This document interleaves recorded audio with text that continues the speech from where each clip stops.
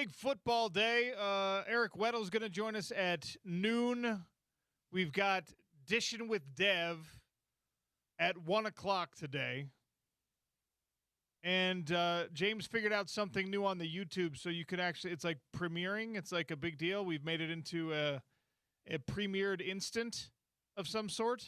Yeah, it's called Instant Premiere. Oh, so in past years, I was just scheduling the video to go public half hour after, usually 12:30. Today, 1:30. Today, I was like, oh, we can make this an instant premiere. You can actually – I tweeted out the link, OC. People can actually click on the link, have it up in time for 1:30, and then you're not able to play it till 1:30. Nice little countdown clock for you too, a couple minutes before, so it just looks bigger. So it'll just feel bigger when you watch it, guys. Okay, I like that. 877-353-0700. Call us today. Text us today. We're going to talk about an over-under. We're going to do our predictions on a stat that I think is perhaps, aside from points scored, it's going to be one of the most important stats for Utah football this year.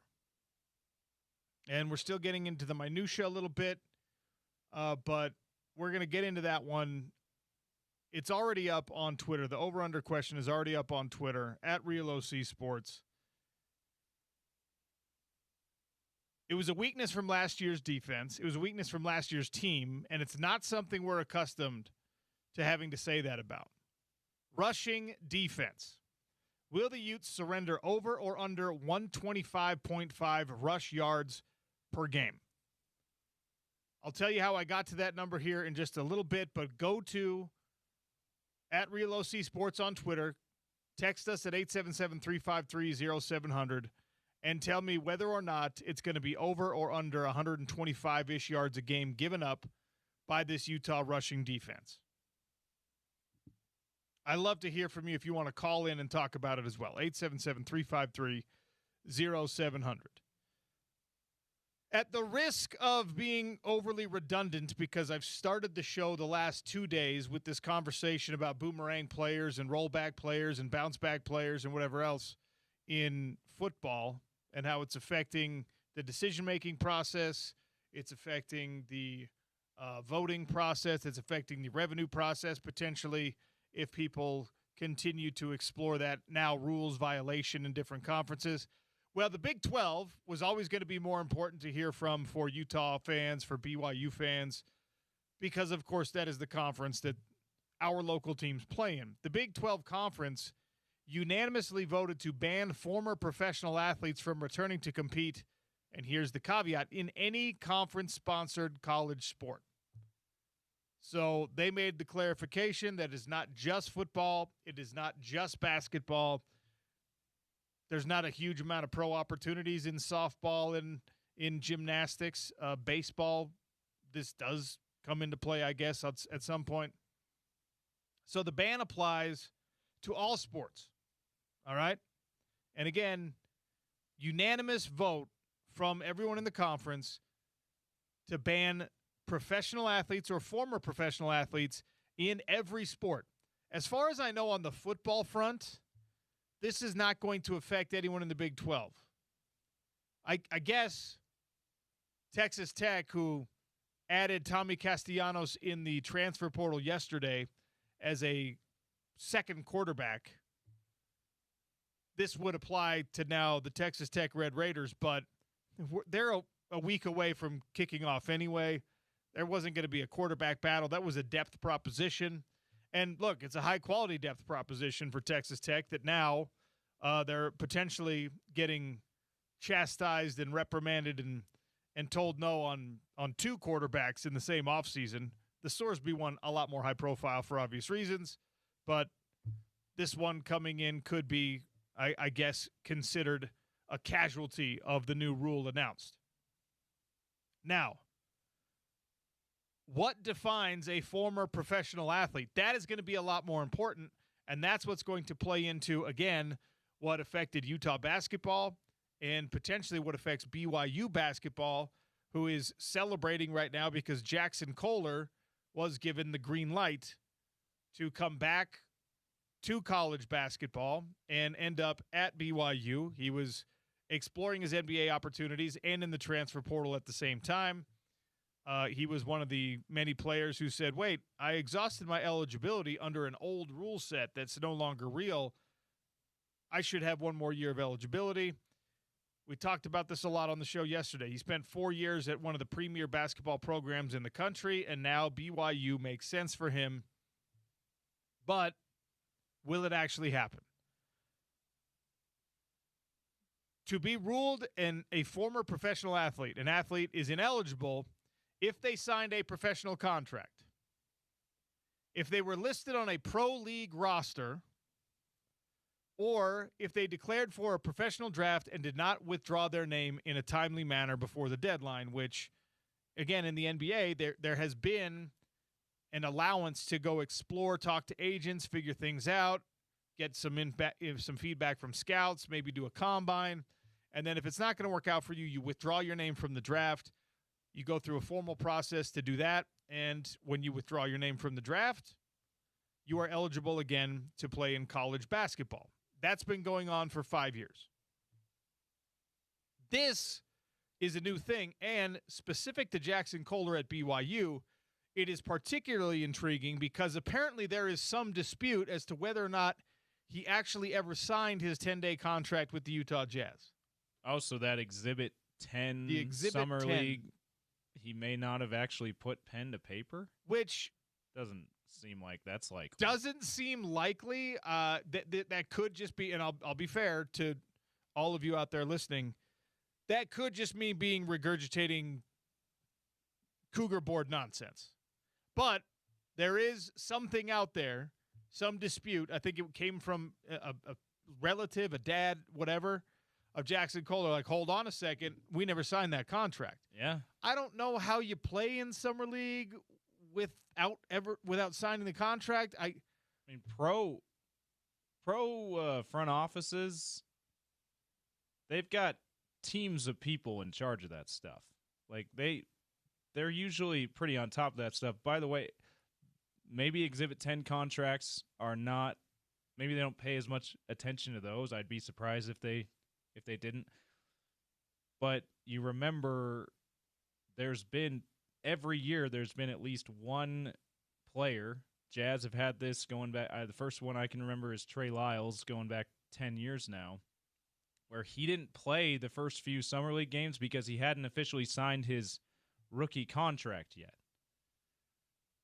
Now, that's not an Exhibit 10 contract. That's a standard NBA rookie contract, a bigger deal. So I guess there's a chance that teams just don't pay that close attention to Exhibit 10. They're like, whatever, you sign when you sign. You're not really going to make the team anyway. So go ahead and play with us. According to the Deseret News, he never officially put pen to paper on his Exhibit 10 contract. Okay? So that would represent an incredible amount of foresight for Jackson Kohler to say, let's not sign this, let's play anyway. And maybe that foresight wasn't related to potentially bouncing back into college basketball. Maybe it was him not trying to lock himself down with a particular franchise or whatever. We'd have to talk to Jackson and his representation to know exactly why he would be hesitant to signing a contract instead of just agreeing to terms on a contract, which is what is reported. He agreed to terms, was allowed to play, but never actually signed the paperwork. Again, that feels crazy to me. It feels like it wouldn't be allowed, but maybe there's not. Maybe the rules around Exhibit 10 contracts are not very strict. And if there is going to be any playing it fast and loose at all when it comes to the NBA, it's going to be summer league stuff. Yeah, it's going to be those contracts. It's going to be the G League and the summer league, and like there's a little bit more gray area here. If it's an NBA contract, you're not going to be allowed to. I don't know how even in the summer league you'd be allowed to play, because there's got to be some crazy liability situation. Yeah. Like, what happens if he got injured and he's just out there as like a voluntary participant? Does that mean that he has to foot his own medical bill, that the team doesn't have to pay for his care? I mean, there's got to be a lot of different things that go into this, but I am not a legal expert on that. So let me stay focused on the stuff that I think I actually know a thing or two about, and that is, of course, fresh, because we didn't know about this Big 12 ruling until literally hours ago, all right? So, does Jackson Kohler, BYU basketball player, at least for now, fit the definition, according to the Big 12, of a professional athlete or a former professional athlete? If he signed the contract, I think he probably does, because it's the third point there. OC. Okay, but let's say signed a contract with any professional sports league to provide athletic services. Let's say he didn't sign the contract, okay? And probably not. So now he doesn't check that box, which is impossible to argue. If you sign the contract, if your signature exists on a contract somewhere, then under the Big 12's new rules, you are out. But maybe this loophole remains open because he didn't sign the contract. Okay, what other boxes would he have to check? Because it's not an and. You have to sign a professional contract and appear in a contest. It's or. And it's or. It's one of these things. Disqualifies you. So number 2, been listed on the roster of a professional sports league. So does a summer league roster count? Is now going to be the point in the Jackson Kohler eligibility case. It is going to be the number one point of dispute about how meaningful your appearance on a summer league roster is. And the legal team is going to go back and they're going to look at everybody in 2025 who was on a G League roster at some point, who then got to go back to college basketball, and they're going to say, well, hold on a minute. This kid was on a summer league roster at one point, and then he was on a G League roster at some point, and he was still allowed to play, right? They're going to argue all these things. This new rule set only matters if it's enforceable. And without a doubt, Jackson Kohler appeared on a printout or an internet post or a whatever because we saw him in that Jazz jersey. He was listed on a roster somewhere. And how formal was it? How official was it? How powerful of a legal standing does that listing of your name on a roster have? I really have no idea. Well, and so here's another thing. It's easily verified by people like us, OC, because the Jazz PR sends out the summer league rosters. So I'm pulling that up to see if he had to have been listed on it because, like, all those things you said. But I'm just going to pull up and verify whether he was on the Jazz summer league roster, and I'll let you know when I have that pulled up. And, okay, so here's another thing. Here's another box that you either check or you don't check. So I think he probably gets disqualified because he appeared on a summer league roster that is professional sport, even if he didn't sign the contract, which, again, I don't know how he got away with not signing the contract, but here we are. The other part of it is if you declare for a professional draft and you do not withdraw your name in time. He did not declare for the draft because when you're a 4-year graduate, when you're a senior, you don't have to. You don't have to declare for the draft. You're just draft eligible. That's a good point. And that's the same for Noam Yakov, by the way. He didn't have to declare for the draft because he was over the age he was over the eligibility age, and he'd spent 4 years out of high school. So if you don't have to declare yourself eligible because you have remaining college eligibility, if you don't have to declare yourself eligible for the draft because you have remaining college eligibility, there was no formal declaration or withdrawal process. Because when he went to the draft, he had no option of going back to college basketball. It wasn't a thing. That rule change came after.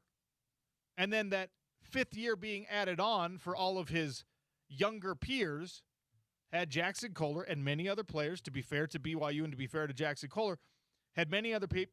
Wait a second. If I'm not going to stick in the NBA, can I go back and play for a couple $100,000, $1 million, whatever I can get? And, of course, they're trying to do that. We've been talking about this for a week now. So the ultimate determining factor here on whether or not we see an already talented BYU basketball team have another guy who's a perfect fit for them, a perfect fit for the system, makes perfect sense for everything they're trying to do down there. Does he actually get to play for them? It'll be his appearance on a roster. Unless someone can find me a copy of a contract that has his signature on it. And all due respect, I'm not sure how much we can just trust the Deseret News' word on this. Just like they are owned by the place that owns the school. Hold on a second. Are you saying that the Deseret News is not giving you unbiased reporting on something where I'm saying BYU might be in the crosshairs of an investigation that could go the other way, could go against their favor? Are you saying that the Deseret News is not the right outlet? I'm saying that it's fair to question that when it comes to BYU news. All due respect to our friends at Deseret News, I would never say that about their Jazz coverage. Shout out to Sarah Todd from the Deseret News. But, I mean, the church owns both of them, OC, so it doesn't really behoove them to put out that much negative stuff about the church. They're not independent, I guess is the way I'll say that. And you know what? Come at me if you want, Cougars fans, Deseret News people. You know that's true. Okay, so more reporting will be done. More investigation will be done. BYU, I think, is going to bear a burden of proof that he did not sign a contract and he did not appear on a Jazz Summer League roster or any other Summer League roster. Or, failing that and him appearing on a roster, someone is going to have to prove to the Big 12 Conference that appearing on a Summer League roster is not the same as appearing on a regular season roster or anything like that. So I've got possibly a little bit of a conspiracy going on, OC, or maybe my email's just not loading well. But I found the roster email, but the image that actually shows the roster refuses to load. Oh, no. Is someone calling right now? Is Jackson Kohler calling in right now to tell us? It's possible. Let me check. Whether or not he actually signed the contract?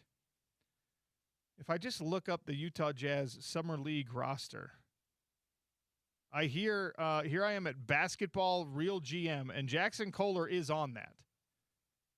But that's not the official Utah Jazz Summer League roster, as far as I can tell. So does his appearance on a website called Real GM, does that count? Okay, let's see here. This is from, okay. Utah Jazz Vegas Summer League roster now official, and Jackson Kohler's name does appear above Cody Williams and Darren Peterson and Bezmbang and a bunch of these guys. So that is going to be the question for BYU. Did you being Jackson Kohler, did you sign your Exhibit 10 contract? There is some dispute as to whether or not that happened. Again, I don't know how you get away with not signing a contract and still being on the Summer League roster, but here we are. Also, what level of appearance on a roster is enough for the Big 12 Conference to say, yeah, you can't play basketball? And another thing that I think is worth questioning here, the ruling as of August 27th, when nobody's really thinking much about basketball, probably will change or be altered or twist a little bit before we get to a point where his presence on the BYU roster actually matters. That would be my guess. That's all I'll say about that for now. All right, OC, I have to tell this story. Okay. So he didn't have anything he wanted to bring to the air, but that was Bill from Little Rock, Arkansas. Razorbacks fan, asking about the tailgate. I told him, listen, I'm not going to say it compares to anything they do in Fayetteville or anywhere in SEC country, but we're pretty proud of our Utes tailgate here. I think you'll have a good time. All right. So we have become a reference point for visiting fans. We got Bill from Arkansas who's going to come in. Did he have a good Southern accent? He had a fantastic Southern accent. Oh my gosh! Why didn't you put him on air? Well, I tried. I said, "Do you have it? Do you want to talk some smack about your Hogs? You got it?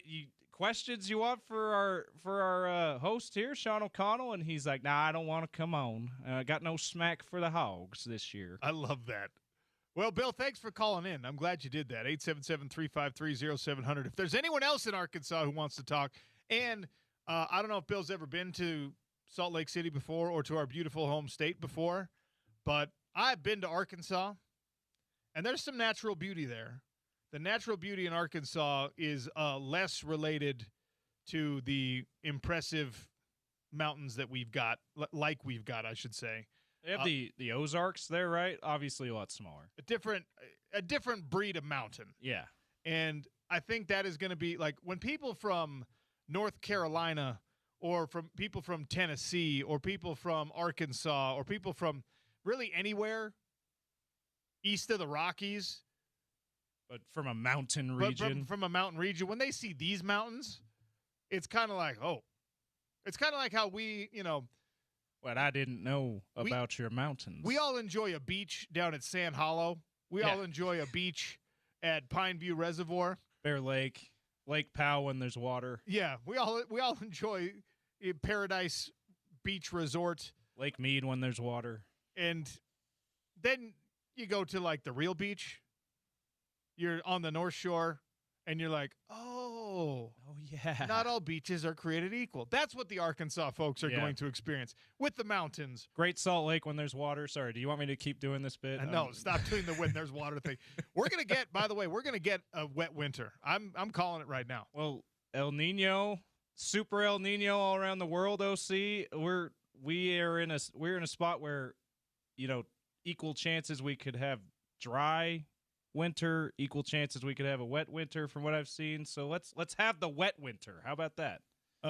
Derek texted in this. I love when our listeners get conspiratorial on the sports front.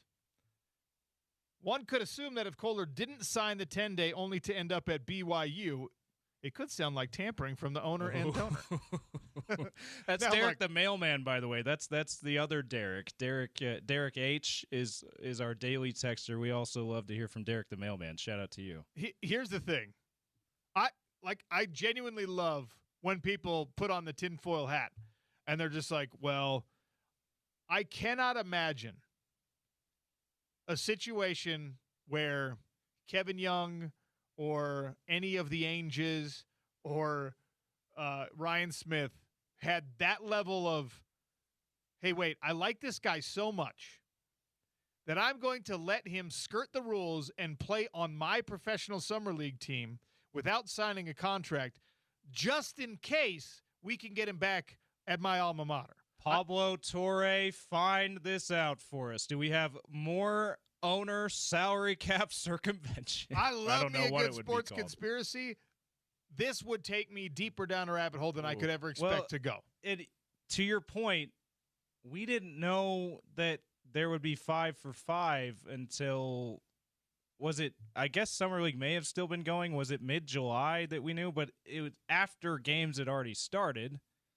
I don't know. Maybe that if we knew mid-July, at least the Protect College Sports Act or Save College Sports Act, whatever it's called, had the 5 for 5 provision in there, then there could be a chance with that kind of conspiracy. Okay, hold on.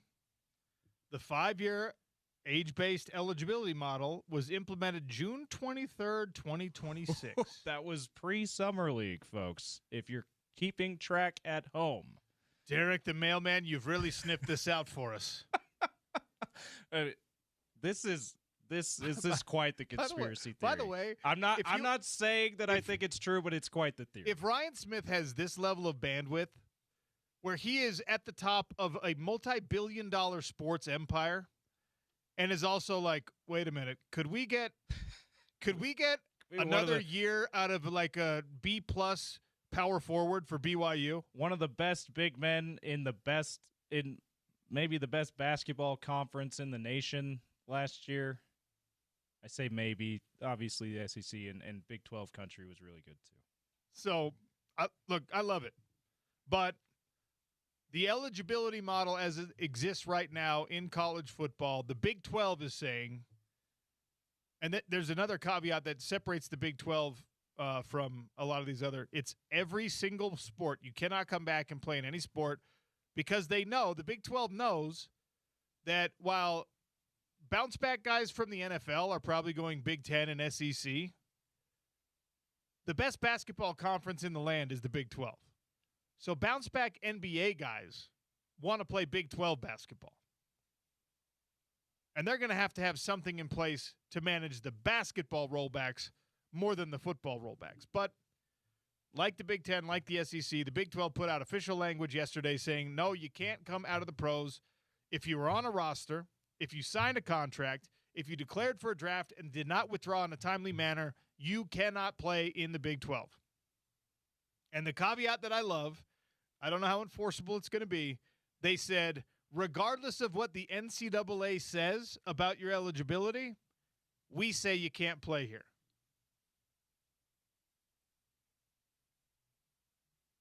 The Big 12 is saying our ruling on this supersedes the NCAA ruling on this. The Power Four conferences have not separated their rule set from the NCAA's rule set in print on purpose. This is Brett Yormark doing a thing that even his Big Ten and SEC predecessors, or I shouldn't call them predecessors, counterparts, are not always willing to do. So that's an interesting little tidbit to add to the Big 12's language. Even if the NCAA says Jackson Kohler is eligible, because he's got 5 years now instead of 4, the Big 12 is allowing themselves the room, and again, enforceability is a major question, allowing themselves the room to say, well, hold on a minute. Our rules, my rules, in this house, your appearance on that Jazz Summer League roster means you cannot play at BYU. Even if the NCAA says you have another year, you're going to have to go explore that other year somewhere else. Have fun in the Sun Belt. I can finally confirm that Jackson Kohler was on the official Summer League roster. Okay, so again, but does that, like you said, then the question becomes: is it an NBA regular season roster that counts, or a pro regular season roster that counts for this, or just any pro roster? It doesn't say that in the Big 12 language. It doesn't say that in the SEC or the Big 10 either, because we're not talking about regular season rosters. We're talking about preseason players. And Jazz Summer League or NBA Summer League is kind of the equivalent to the NFL preseason. Some will say it's not as significant. Some will say it's equal. Some will say I don't think anyone's going to say it's more significant. I will say this. If they make an exception for Summer League rosters, I won't be mad. I think that's a reasonable exception to be made if that's what the ruling ends up being. But I also think that if you're just going to go by what you wrote out for everybody by the letter of that, that's probably the best thing to do. And what that is any pro roster. The reason I don't want Summer League exception or, physically unable to perform in the preseason exception or anything like that is because that is a wildly slippery slope. And we, by the way, in college sports, we are already tobogganing at breakneck speed down the slippery slope that we warned about 5, 6, 7 years ago. We said when you start paying these players and allowing open transfer, it's going to be kind of a slippery slope. We tipped ourselves over the edge of the slippery slope years ago. If you start doing that with, hey, well, Summer League rosters don't count, then there's going to be a football player who raises his hand and said, well, if NBA Summer League rosters don't count, then neither do NFL preseason rosters. Yeah, they're the same thing. Training camp rosters, OTA, whatever. They're going to say those don't count. These are equivalent experiences in our respective professions. The preseason is not, though, but they will make that argument. It kind of is. Because OTAs, like NBA Summer League, right, is where you're in a professional uniform competing against people in other professional uniforms. Yeah. That's what NFL preseason is. OTAs don't have that. That's true. Training camp does, but it's practices. It's joint practices. The NBA Summer League is your go-between. It is your middle ground between a regular season roster where you're competing against somebody else in an opposing team's uniform and college ball. It's the place where you do that. In the NFL, that is the NFL preseason. You're on a roster with the New England Patriots for 2 games, playing against the Cleveland Browns one week and playing against the Tennessee Titans the other week. And if you don't make it, they send you off. And now you can go try it in the UFL, or someone else will claim you off waivers. And then you're going to be wearing a Seahawks uniform, playing against someone in a Broncos uniform. And if that works, great. If it doesn't, all right, now I'm exploring things again. The NBA Summer League is that. Well, see, this is why I would argue that NFL preseason is vastly different from NBA Summer League, because NBA also has a preseason that's exactly like the NFL preseason. And we all know that the NBA preseason roster, while guys get cut from that and don't end up making the regular season roster all the time every year, just like in the NFL, we all know that that is real NBA basketball compared to Summer League. Summer League is practice NBA basketball with G Leaguers and guys who couldn't even make the G League. Like the NFL preseason. True, but so what you just said is that the NFL preseason is it's NBA like Summer the League, NBA preseason. and the NBA preseason is real basketball, where if you're on the preseason roster, you're probably going to make the roster. You're a lot more likely, but it's also way higher level than Summer League. You can't NFL preseason's way higher level than NBA Summer League is. If you're going to cross compare 2 leagues, they don't have a Summer League. That's why I say like training camp roster I think is probably the equivalent to Summer League, not preseason. Before we make that assertion, let's watch the final preseason games in the NFL. It's college ball at best, because to be fair, I don't watch NFL preseason, so I probably don't know what I'm talking about. None of the guys that are actually going to make the roster are playing in the final preseason game for the most part. It's like the last-ditch effort. So the last game. Not one starter is out there. So the last game of NFL preseason, that roster is Summer League. Is what you're saying. Who played for the Utah Jazz in Summer League? Did their number 1 draft pick play in the Summer League game? In Summer League games? Yeah. Yeah, Darren Peterson played in plenty. Yeah. Did Cody Williams play in the Summer League? Yeah. He was on the roster, right? I mean, these are real NBA players. He's arguably more of a G League player than an NBA player, but I digress.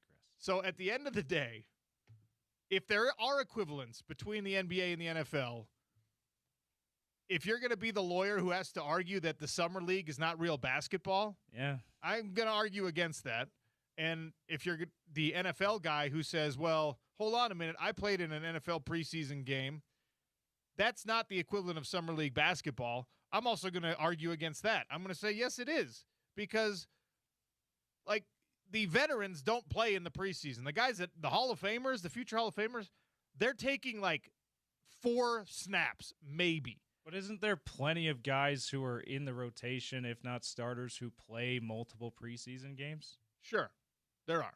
There's like maybe 2 on any NBA Summer League roster, and they play maybe a quarter of the games. The biggest difference with the NBA Summer League is the age thing. Like in the NBA Summer League, it's all young guys. There's no veterans there. It's first, second year players, sometimes third year. Yeah. So that would be the major difference. Yeah.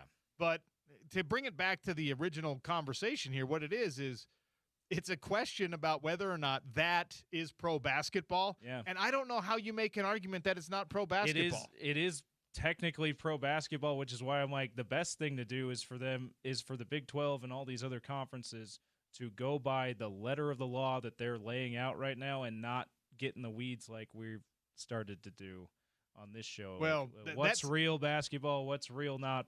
Unfortunately, the weeds are where the lawyers live. It's true. And where the injunctions live and where the temporary restraining orders live. And so you have to anticipate those arguments, and they're going to be there. And they're going to be, by the way, BYU is not going to take this lying down. Absolutely not. If Jackson Kohler is deemed ineligible, which by these rules he is, I doubt that BYU just says, okay. Yeah, you know what they're going to do, OC? If that's the case, they're going to print out the Big 12's tweet of this, and they're going to flush it down their Kohler toilets. I see what you did there. I'm mad that that's what you did, but I see what you did. All right, we have some sound from practice for you. We're going to give you Wayshawn Parker. If there's time, we might hear from Semi Taulonga as well. We're just getting rolling here on the Sean O'Connell Show. It's ESPN 700 and 92.1 FM.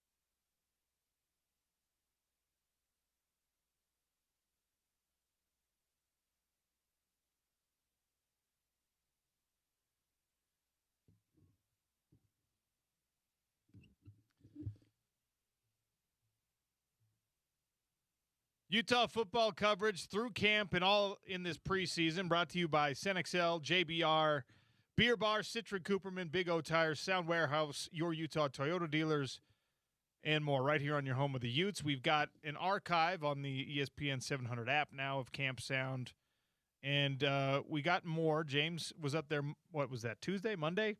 And Tuesday afternoon, they moved them to afternoons, OC, to we're in game preps, so that means you and I can actually show our faces around there, which is great. School is happening, so players have class during the days, which means we'll get a little bit more of this. Wayshawn Parker addressed the media, running back number 1. Wayshawn, you were voted a captain. Just what does it mean to be wearing the C this fall for the team? All I got to say is thanks to God. I mean, he put me here for a reason, and all I can do is just show what he put me on the earth for, to show people that I'm right behind him, that they can believe in me when we go on the field, and I don't have to worry about, and they don't have to worry about me. Where have you seen that growth in yourself to own this leadership role like you already are? I mean, growing up, I've been mature of my age. Like, I'm only 20. I've been playing with older people. My dad really taught me well. But coming here and just really getting to show what I learned and how I can teach it to other people. Let me get 2 claps in the team. Hold on. Look here. 2 claps in the here. Oh my goodness! Just how excited are you to take the field with this group of guys that are all supporting you and hollering for you? I mean, it feels great. I mean, knowing that people got trust in me and I got trust in them, we ready just to go out and have fun all together. Montiaki is a name that Coach Achiwaya talked about making big strides this fall. Just what have you seen from him as he makes the move from linebacker to running back? Oh, a lot. Since last year, him coming to our room made definitely a difference. Now they got to worry about a lot of people, not just me or anybody else. He adds a lot to the table, so when he get in that field, people won't have to worry about him too. So I see him progress a lot. How have you seen the offensive line develop since you're going to be working behind him a lot this season? Dang, seeing them come together is a good thing.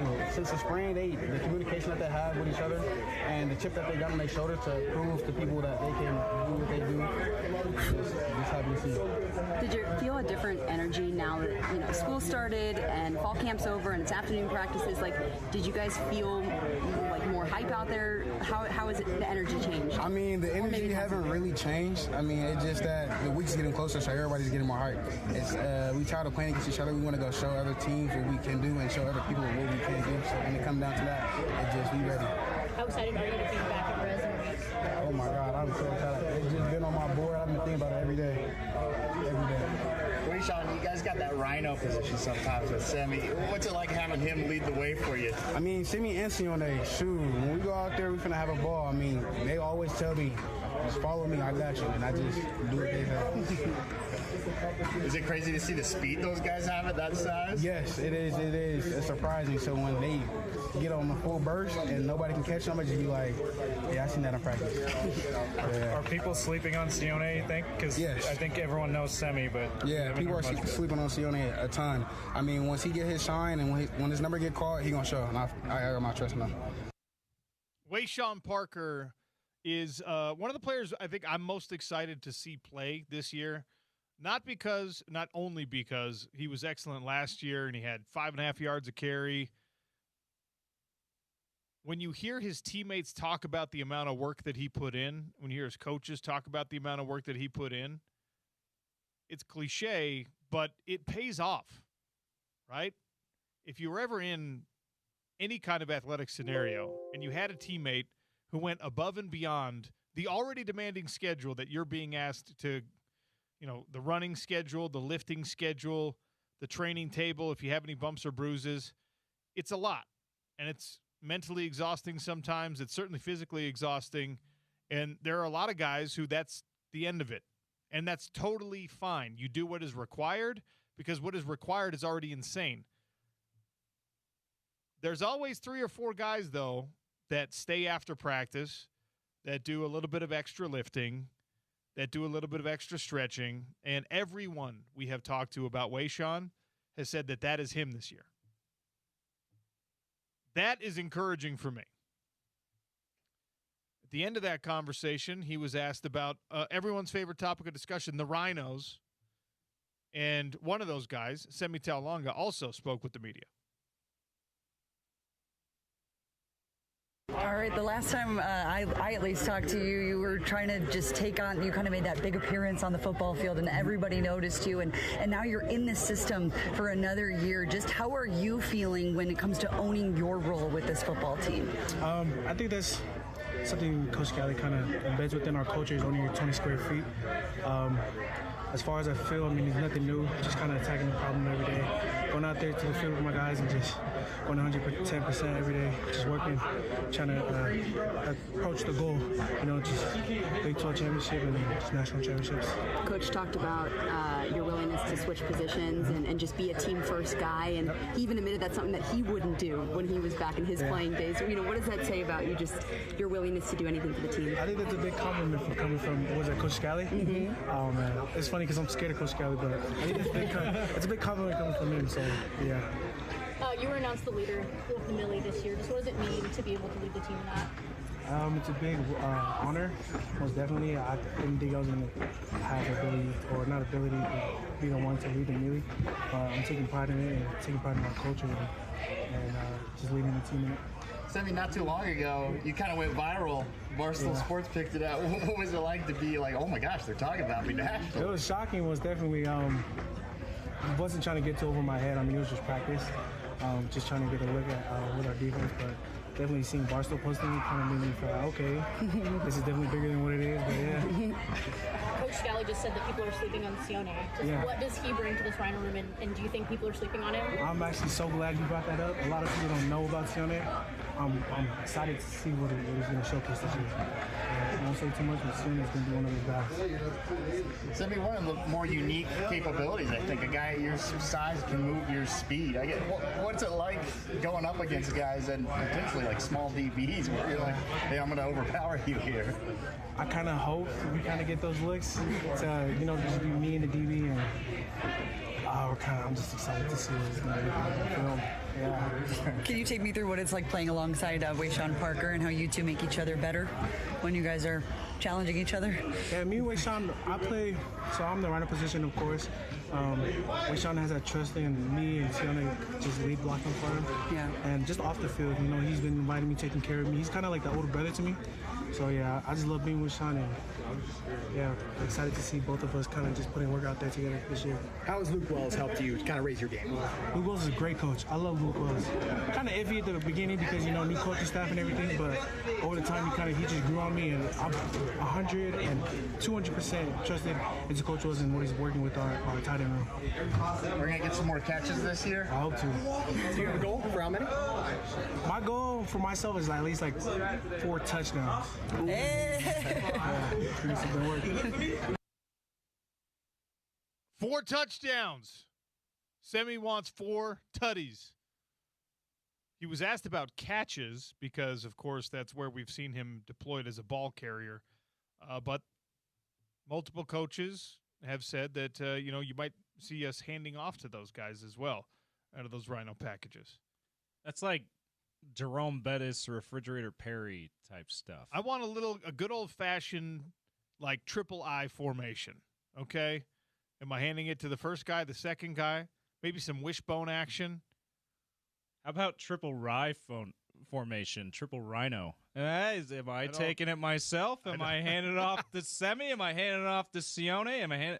Hunter Andrews taking the snap? What are we doing here? Wildcat, direct snap, a wild rhino? Wild rhino.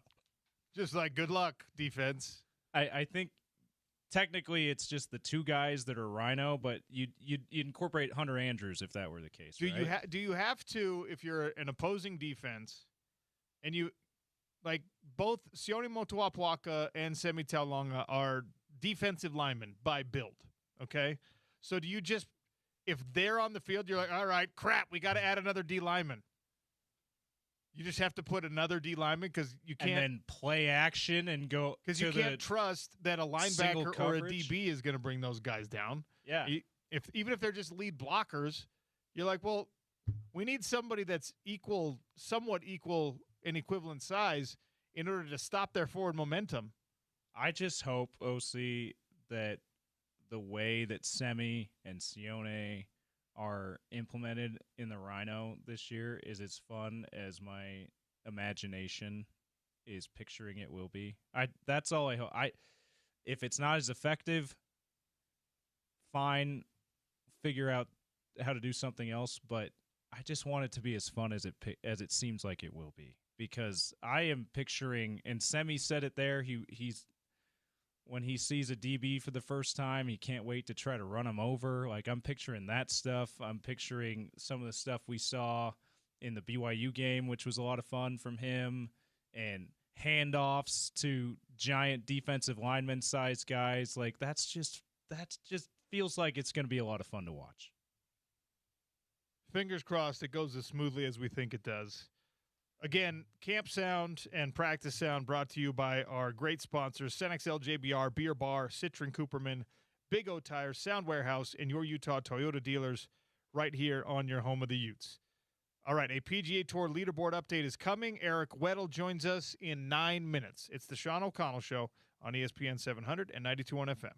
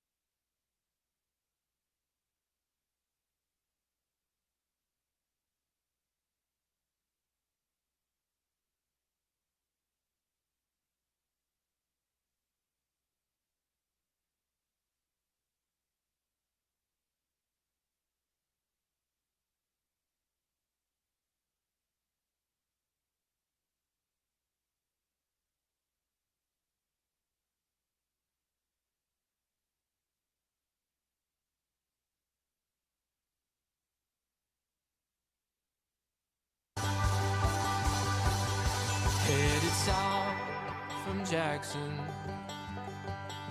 back to Arkansas.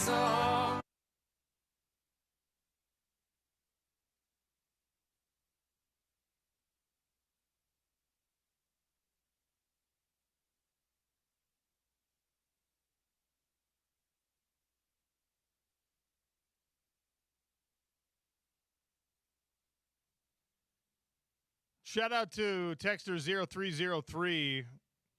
Gave us the recommendation on this song about people coming out west and then returning back to Arkansas and realizing that's what's going to happen to every Arkansas fan that comes to Rice Eccles on the weekend, including shout out to you.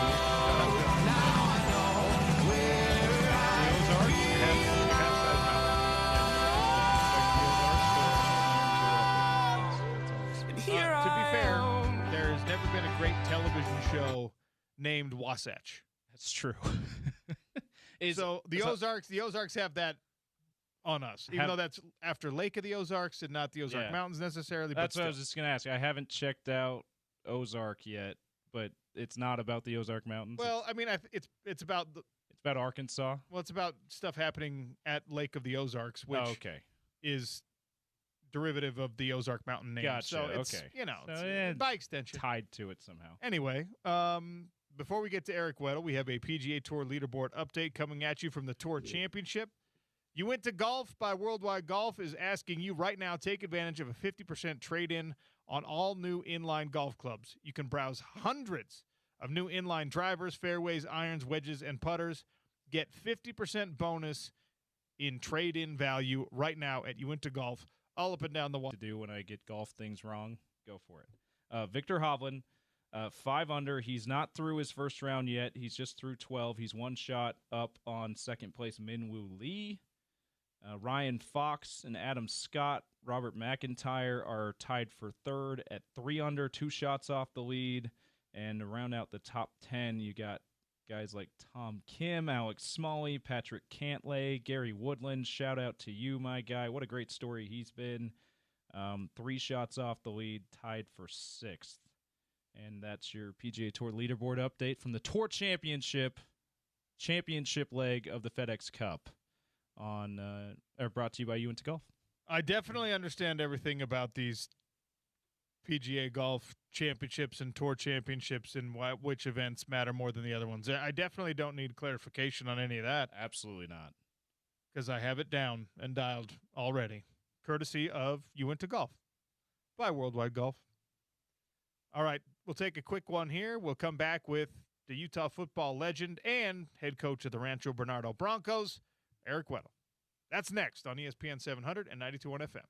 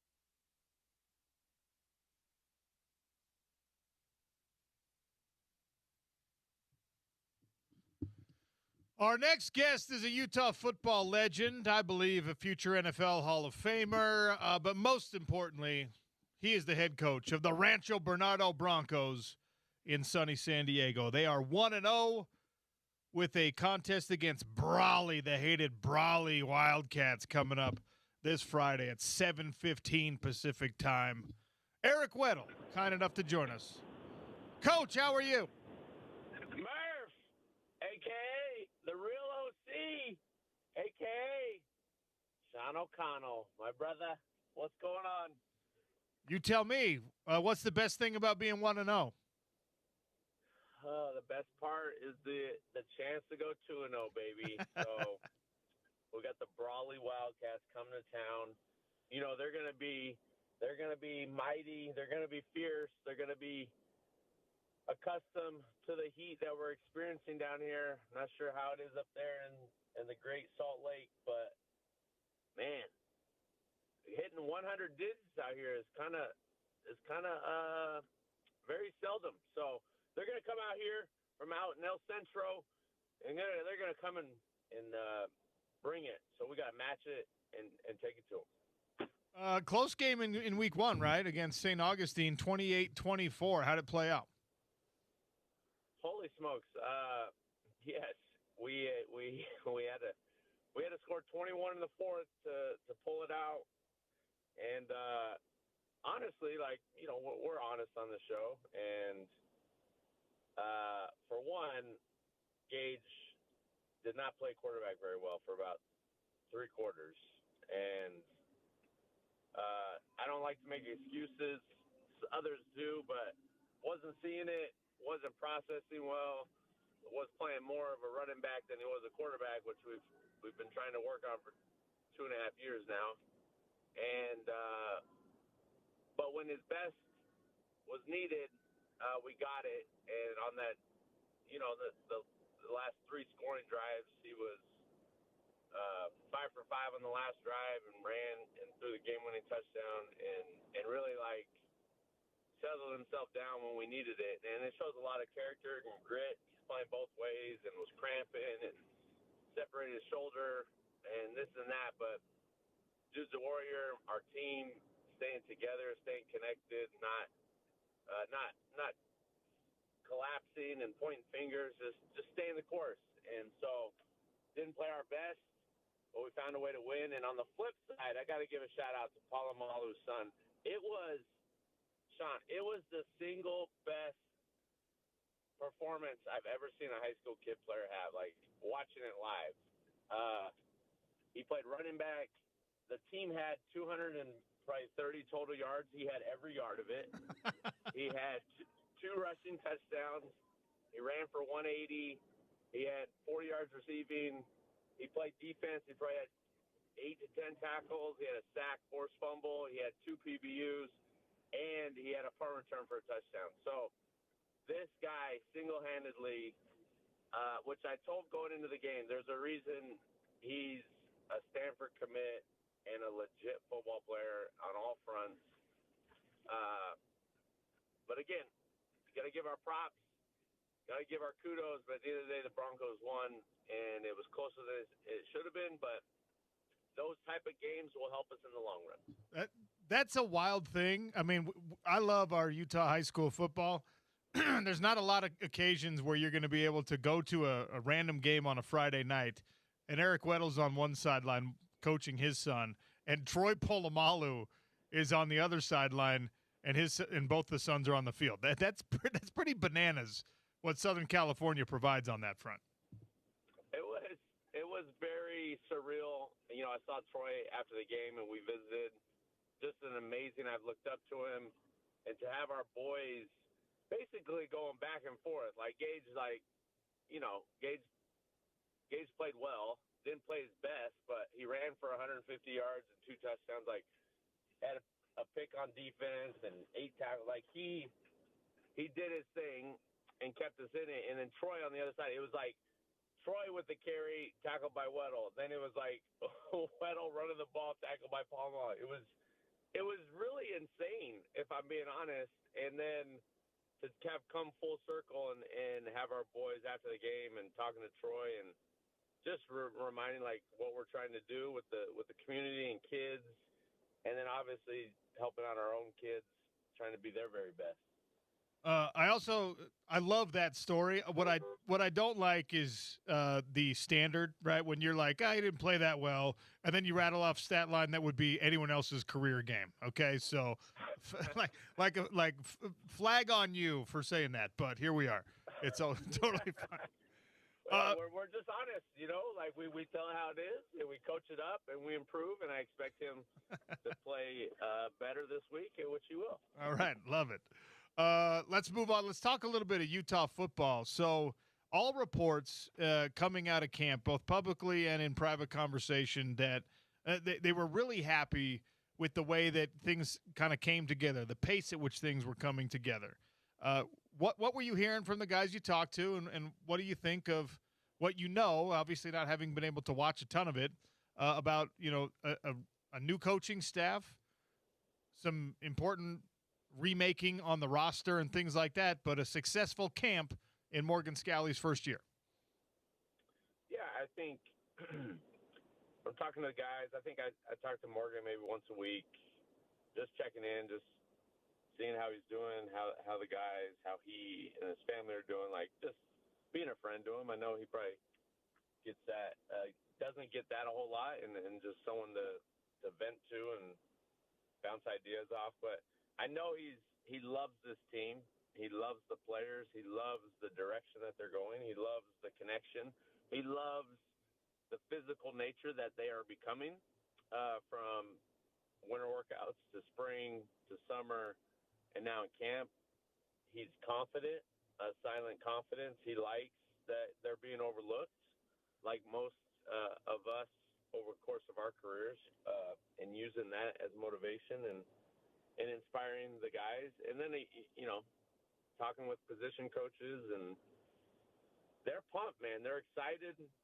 They like where they're at, and they're ready to,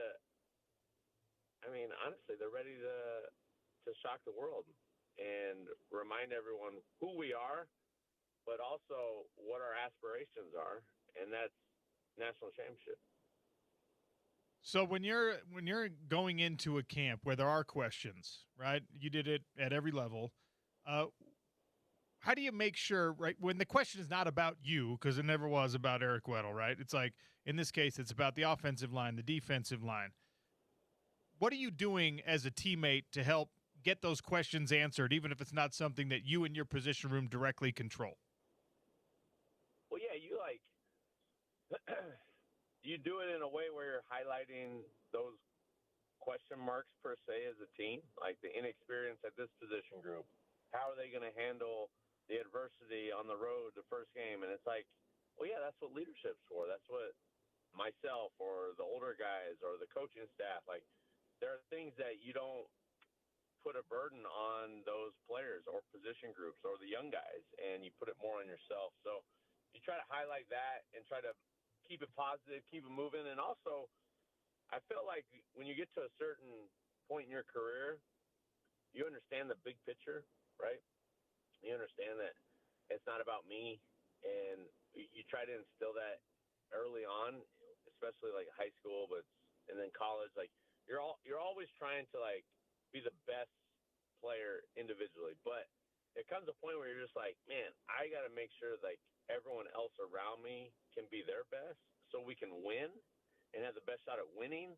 And so I feel like as a player, a lot of those guys, like case in point with Fano and Verse, right? Like that is a perfect example of iron sharpening iron, good on good, getting each other better. Like an older guy, not really that old, like you're 3 or 4 for Verse, but prepping and preparing his teammate to go out and play great on Sundays. Like I feel like that's how Utah is, how we compete, but also how we pick each other up and push each other. And so I feel like as a team, that is our identity. That's why this team feels so close and so connected, because it is about the team, and it'll always be about the team, but also they're there for each other. I don't want to curse anything, so I'm knocking on wood as I say this, but Morgan made the point of, hey, we came out of camp pretty healthy. yes, there are some bumps and bruises, but there's nothing season-ending. There's nothing catastrophic that has happened from an injury standpoint. And obviously that's deliberate. You know, there's some part of the injury situation you can't control, but it's also good nutrition, smart practicing, the proper movement in the weight room and things like that. And everybody, E-Dub, that we talked to, everybody we talked to from the player standpoint said that their bodies feel great and that they felt a big difference because of a guy that you recommended getting elevated to be the head strength and conditioning coach. And I feel like I have to say it every time because I love Argist, and the caveat that you never want to see somebody, you know, get pushed out in order for other things to happen. But you also have to give credit where it's due, and I haven't had a chance to interview Coach Saunders yet, but the players themselves are volunteering that without being talked to, without being asked, saying, hey, man, this has been really good for my body. I've changed my body composition. I feel healthy. I feel flexible. I feel strong. And I know that's why you were passionate about this in the first place, but I feel like it's something that we have to be talking about as this team gets ready to actually play real football. Yeah, I mean, I'm glad you recognize that, and people are understanding the difference Steve has made in such a short amount of time. And there's just, when it comes down to it, like, there's good and then there's great. There's levels to every profession. And you only, like in coaching, if you're only around one system, right, and you never allow yourself to learn new ideas or learn new concepts or coaching strategies or leadership, like if you're never growing and adapting, then you don't really know, right? And I think over time, like what we've done here is good, but it could be improved. And so we were lucky to get Steve on staff as an assistant, and then Morgan felt a change needed to happen, and the change happened, and we've just improved and continued to build from, really it's Coach Scalley's vision of what he wants his players to be, and then Steve implementing it and having the ability to do that, right? And so I was out there in the summer watching them work, and it brought back flashbacks of when I was in Baltimore, not loving what we were doing. But it's not supposed to be easy, right? It's not supposed to be easy. It's supposed to be hard. You're supposed to feel sore and tired and worn out after you work out, lift, and run. Like, that's the point, because you're preparing your body for football. You're not preparing your body for anything else other than doing what is needed on Saturdays. And no, I think that has been a philosophical change on how we've worked these guys, and the guys are showing it. And I think it is a direct correlation. Like you're going to have injuries that are just freak injuries, but I believe wholeheartedly, because I know it, because it did it to me in my career, that you're going to see a physical, explosive bunch, which they've already said to a man, and you're going to see that, and you're going to also see it in November and December when teams are falling off. You're going to see us continuing to climb that mountain because of the work and the program Steve is putting together. Eric Weddle is our guest here on the Sean O'Connell Show, talking all things Utah football as we are a week away from the season kicking off. 7 days from today, Utah versus Idaho on a Thursday night at Rice-Eccles Stadium. You good? You fall out of your truck or something? What just happened? I'm right here. Just got a little excited. That's all. Got a little excited. All right. So I'm putting out these predictive numbers on like over-unders, stat targets I think this team needs to try to hit, things like that. One of the big question marks that we found last year was what happened to the run defense. Utah's always been so good at stopping the run. Last year, when the season was over, Utah ranked 110th in rush defense in the country. That's bananas. So, yeah, don't throw up. It's going to be okay. So I set the over-under at 125.5, and that is a 5-year average of Utah's run defense. If you hit the under, you're top 25-ish in the country. Anything more than that, and now you're having to find stops elsewhere in the run game. So first of all, are they going to hit the under or the over on that? More importantly, talk to me about how crucial improvement of this year's run defense is, because last year you were still a really good team. You won 11 football games. If you had been better at stopping the run, you probably win a few more.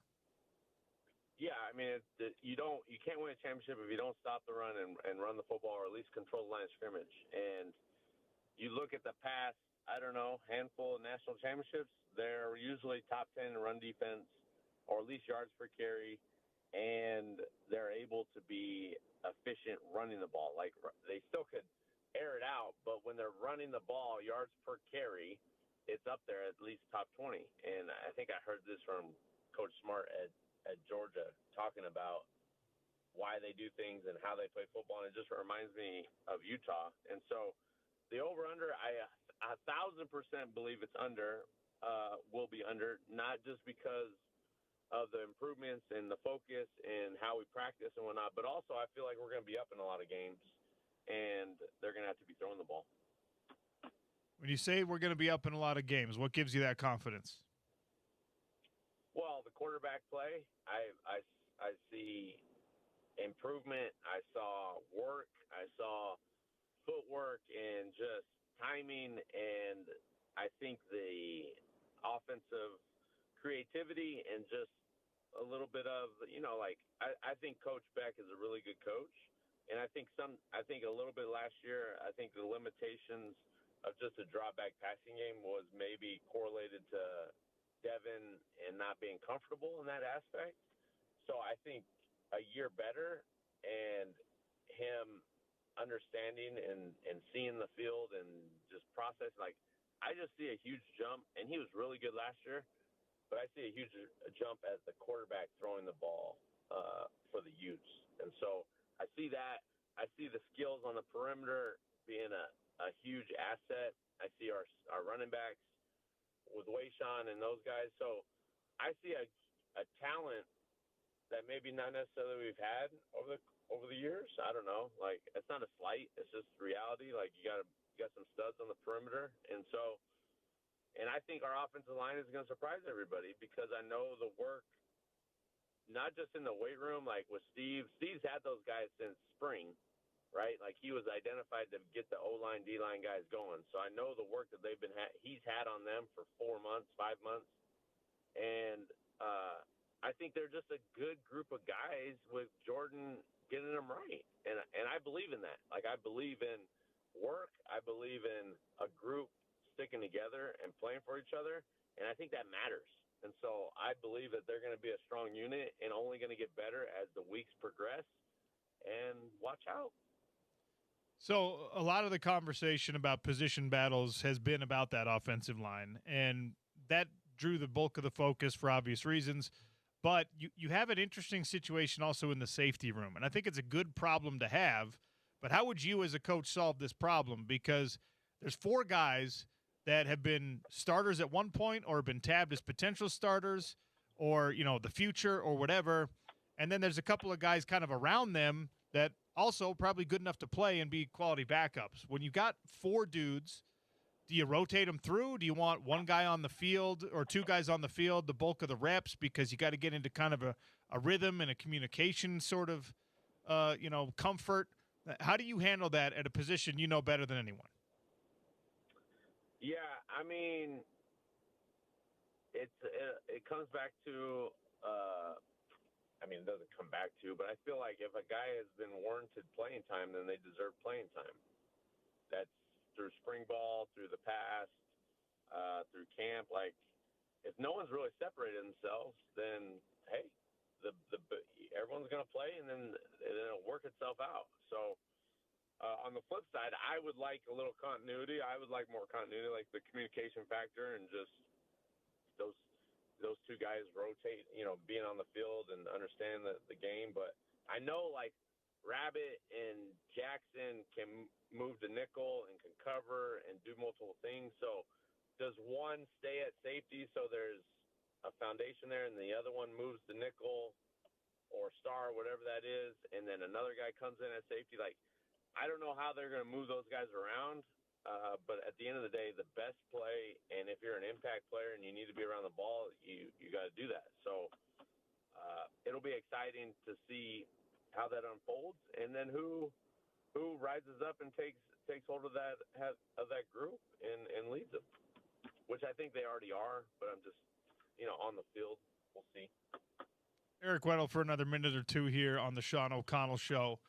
I think I already know how you're going to answer this question, but one of the big storylines of the week has been Big Ten, SEC, now Big 12 having to make eligibility rules about guys that are trying to roll back out of NFL training camps and into college football. What are your thoughts? It's literally, so I get it from the player's perspective of I wasn't allowed to have a fifth year. It came down with this. But my point is, like, you've been in the NFL, spring, OTAs, you're in camp, and now you're realizing, like, I'm not going to make the team, so I'm going to go back to college for one more year, one last effort. It's like, listen here, man. Your time's up. Your time's up. And on the flip side, it's even more alarming that a school would take a kid that hasn't been part of your program for 6 months instead of believing and trusting the guys that you've been coaching for 6 months. Like, if that was a program that was recruiting Gage, I'd immediately X them out. Like, nah, not it. Sorry. Because it's not who I believe, like, culturally, and how you develop and trust the players and trust your coaches to coach those guys, that it's their opportunity. Like, if you have a clip at some point where they asked Coach Smart about it, he said it perfectly. Like, what's the point of us pouring into these guys if I'm just going to replace them with someone perceived to be better? Like, it doesn't make any sense. So I don't agree nor think it's the right, and I love that these conferences voted on it unanimously to not allow it. And so hopefully it stays true. Like endless other things with college football right now with stuff being backwards. Hopefully this isn't allowed.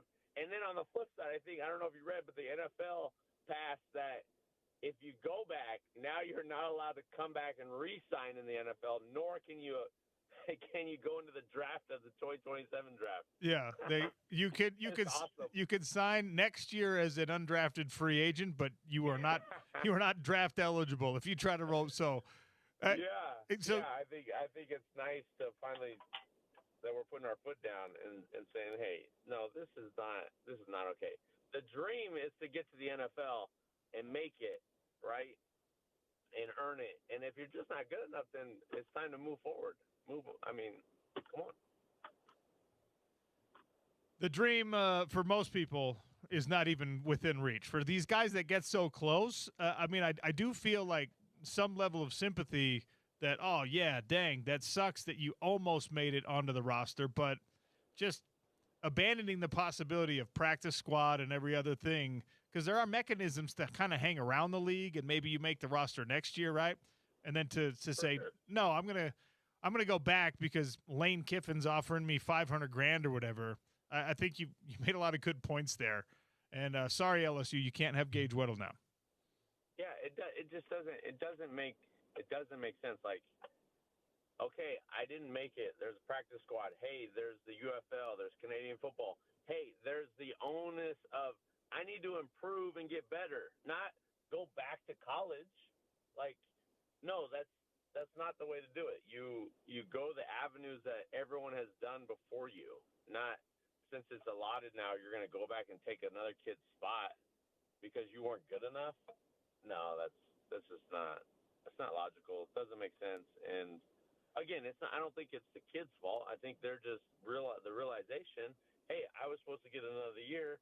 If I was awarded this, maybe I wouldn't have came out. Maybe I would have. I don't know. So I get that, but let's put our foot down, baby, and let's continue to move forward on this. So I'm asking you this question now as dad, as Gage Weddle's dad, because he's going to have 5 years of college eligibility. He can 5 years to play 5 instead of 5 years to play 4.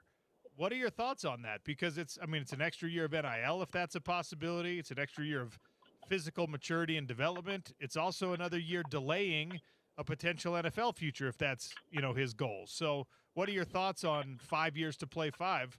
Because your son's going to be at that level soon. Well, if everything that goes into it, there's a lot that goes into it. But let's just say the goal is, right, if you're really like a guy that looks ahead, the goal is to be somewhere where you're going to be one of the best in the country at your position by your 3rd year, right? Now, what does that look like? Where does it look like? This, that, and the other. But really, like, you don't have to play as a true freshman. You do, you want to, but ultimately, by your 3rd year in college, you want to be the guy. And then you want to be out. You don't want to continue playing college and then and add more years to your NFL career, because that your big picture thinking, you're thinking of a 10+ year NFL career, right? That is the goal. Yes, it's less than 1% of 1%, but that's really what you want to do. So, in my opinion, in my mind, if you're waiting on your 5th year, you're probably not good enough to make it in the NFL, if I'm being honest, at certain positions. And so, if you're not the guy at Gage's position by your 3rd year and a starter a year or two before that, then you're not an NFL type guy. So I would tell him either go to the NFL or stay as long as in college, because you're probably not going to be in the NFL. If that makes sense. I don't know. Am I talking two sides out of my mouth here? No, it does. It does make sense. It's like, I don't think it's quite as binary as that when it comes to I think there's plenty of guys that stay that 5th year and then, but you're right. I don't think those are like the high draft pick, day one NFL type starter type guys. So yeah, I think at the end of the day, like, you've already made that decision for your 5th year, like, you're not going back on it. You're either saying, all right, I'm playing my 5th year out and not entering in the draft, so it's not even a conversation, or you're leaving and you're saying, hey, thanks, University of Utah, for all you did, and I'm out. Like, it's you make that decision is all I'm kind of saying. Well, the other crazy part about it, and I don't know if you've looked at those numbers yet, but for a safety, I don't know where it's at, but like for a quarterback, right? If you're a quarterback who has an opportunity to come back for another year and play at like Michigan or Miami or Notre Dame or a place like that, or you can be a 4th or 5th round pick in the NFL. Oh, for sure. Then you got to come back and play college. Even if you think you're good enough to play in the NFL, you're not going to get that money next year. It's wild. Yeah, it's a whole different conversation for quarterbacks. Like, they're not the same, and also they, like, you can kind of, I don't know, like, for the most, like the Shambles kid, I only bring him up because he's an unbelievable college football player. Do I see an NFL future? I don't. So for him, it's like, yeah, it makes sense to go back if you're going to get paid $5 million, where you're going to probably go undrafted in the NFL. Like, yeah, like that makes sense for the rest of your life. You could start your life with that. But for other positions, you're not getting that money, that type of money. I don't know. Like, I'm not really keen on who's getting paid what positions, but it's like, all right, I need to make my jump and go see if I can prove myself in the league, because money isn't really what I'm thinking about. It's my career and what I want my career to be. That's the Utah football legend, Eric Weddle. Make sure that you subscribe to whatever you have to so you can watch his Rancho Bernardo Broncos demolish the Brawley Wildcats tomorrow night. Right? You know it. I hope, but we just win by any means necessary, baby. Great talking to you. We'll chat again next week. Thanks, man. You got it, bro. That's Eric Weddle. What a legend. One of the funny things about having those types of conversations with somebody, like the lens is just a heck of a lot different if you're Eric Weddle than if you're a regular person who didn't achieve, a dozen years in the NFL. That's a reality for him. and potentially for his son. So he's talking about making decisions that for other people are dreams. They are aspirational, unlikely targets. It's funny to hear that perspective. All right, the Daily Dump is coming next, and it is jam-packed. We got a lot of random stories we need to get to. It's the Sean O'Connell Show on Utah's #1 sports talk, ESPN 700, 92.1 FM.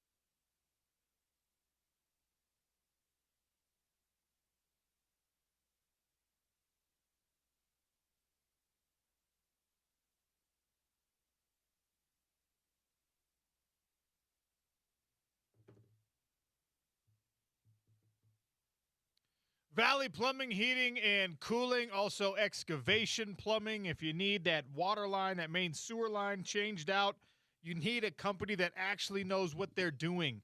You need somebody who's licensed, insured, bonded, and has years and years, decades of service. Valley Plumbing and the Truck with the Duck have you covered on all fronts. Tell them OC sent you when you make an appointment. All right, this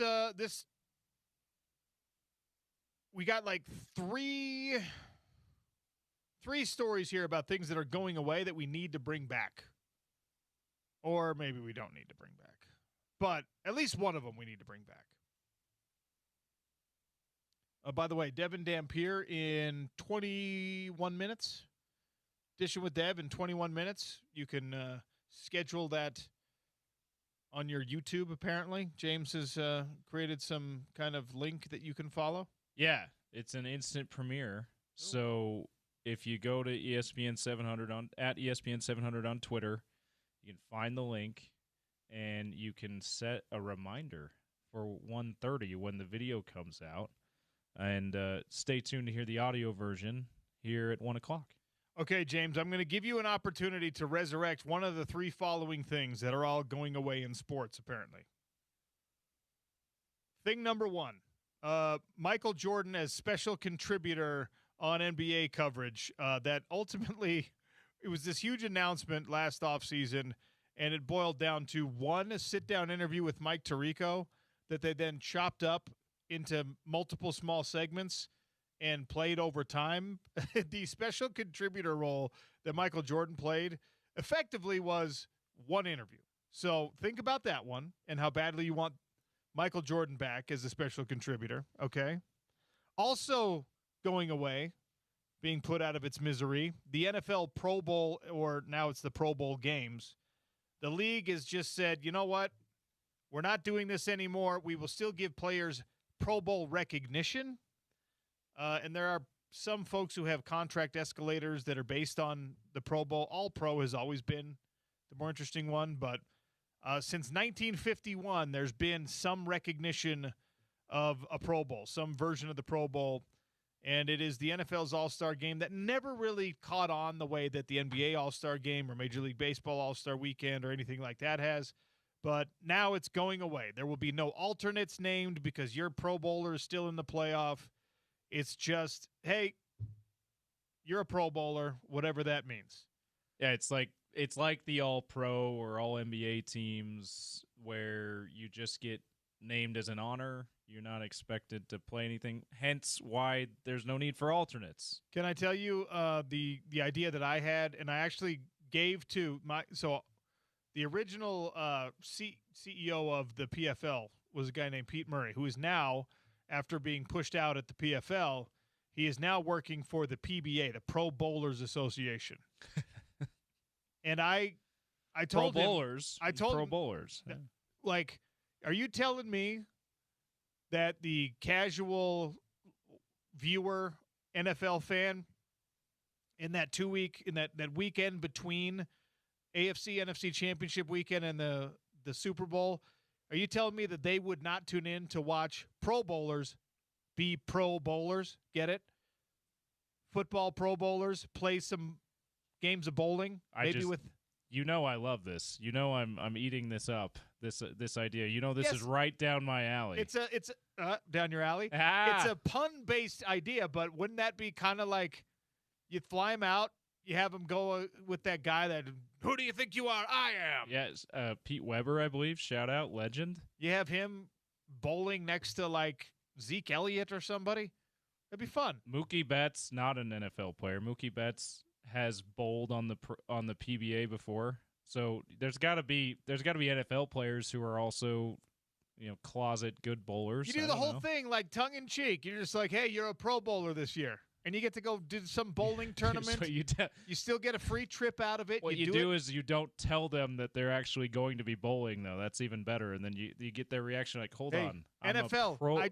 What? I just saved your Pro Bowl thing, and PBA, I just gave you more publicity than you've ever had for anything. What a great collaboration this could be. It's now a trip back to Hawaii because that was the only thing they liked about it. You They used have to get bowling to go to alleys Hawaii. in Hawaii. Yeah. They definitely do. Come on now. You fly them out to Hawaii, and they play in the Pro Bowl, but it's pro bowling. It's bowling. Do you create a special outdoor on the beach bowling alley for this specific event? I would be worried about sand getting on the – you need the smooth, perfectly oiled wood on the lanes. It's true. Sand is going to screw that up. I forgot that I was talking to a bowling aficionado when I said that. So you make a good point, though.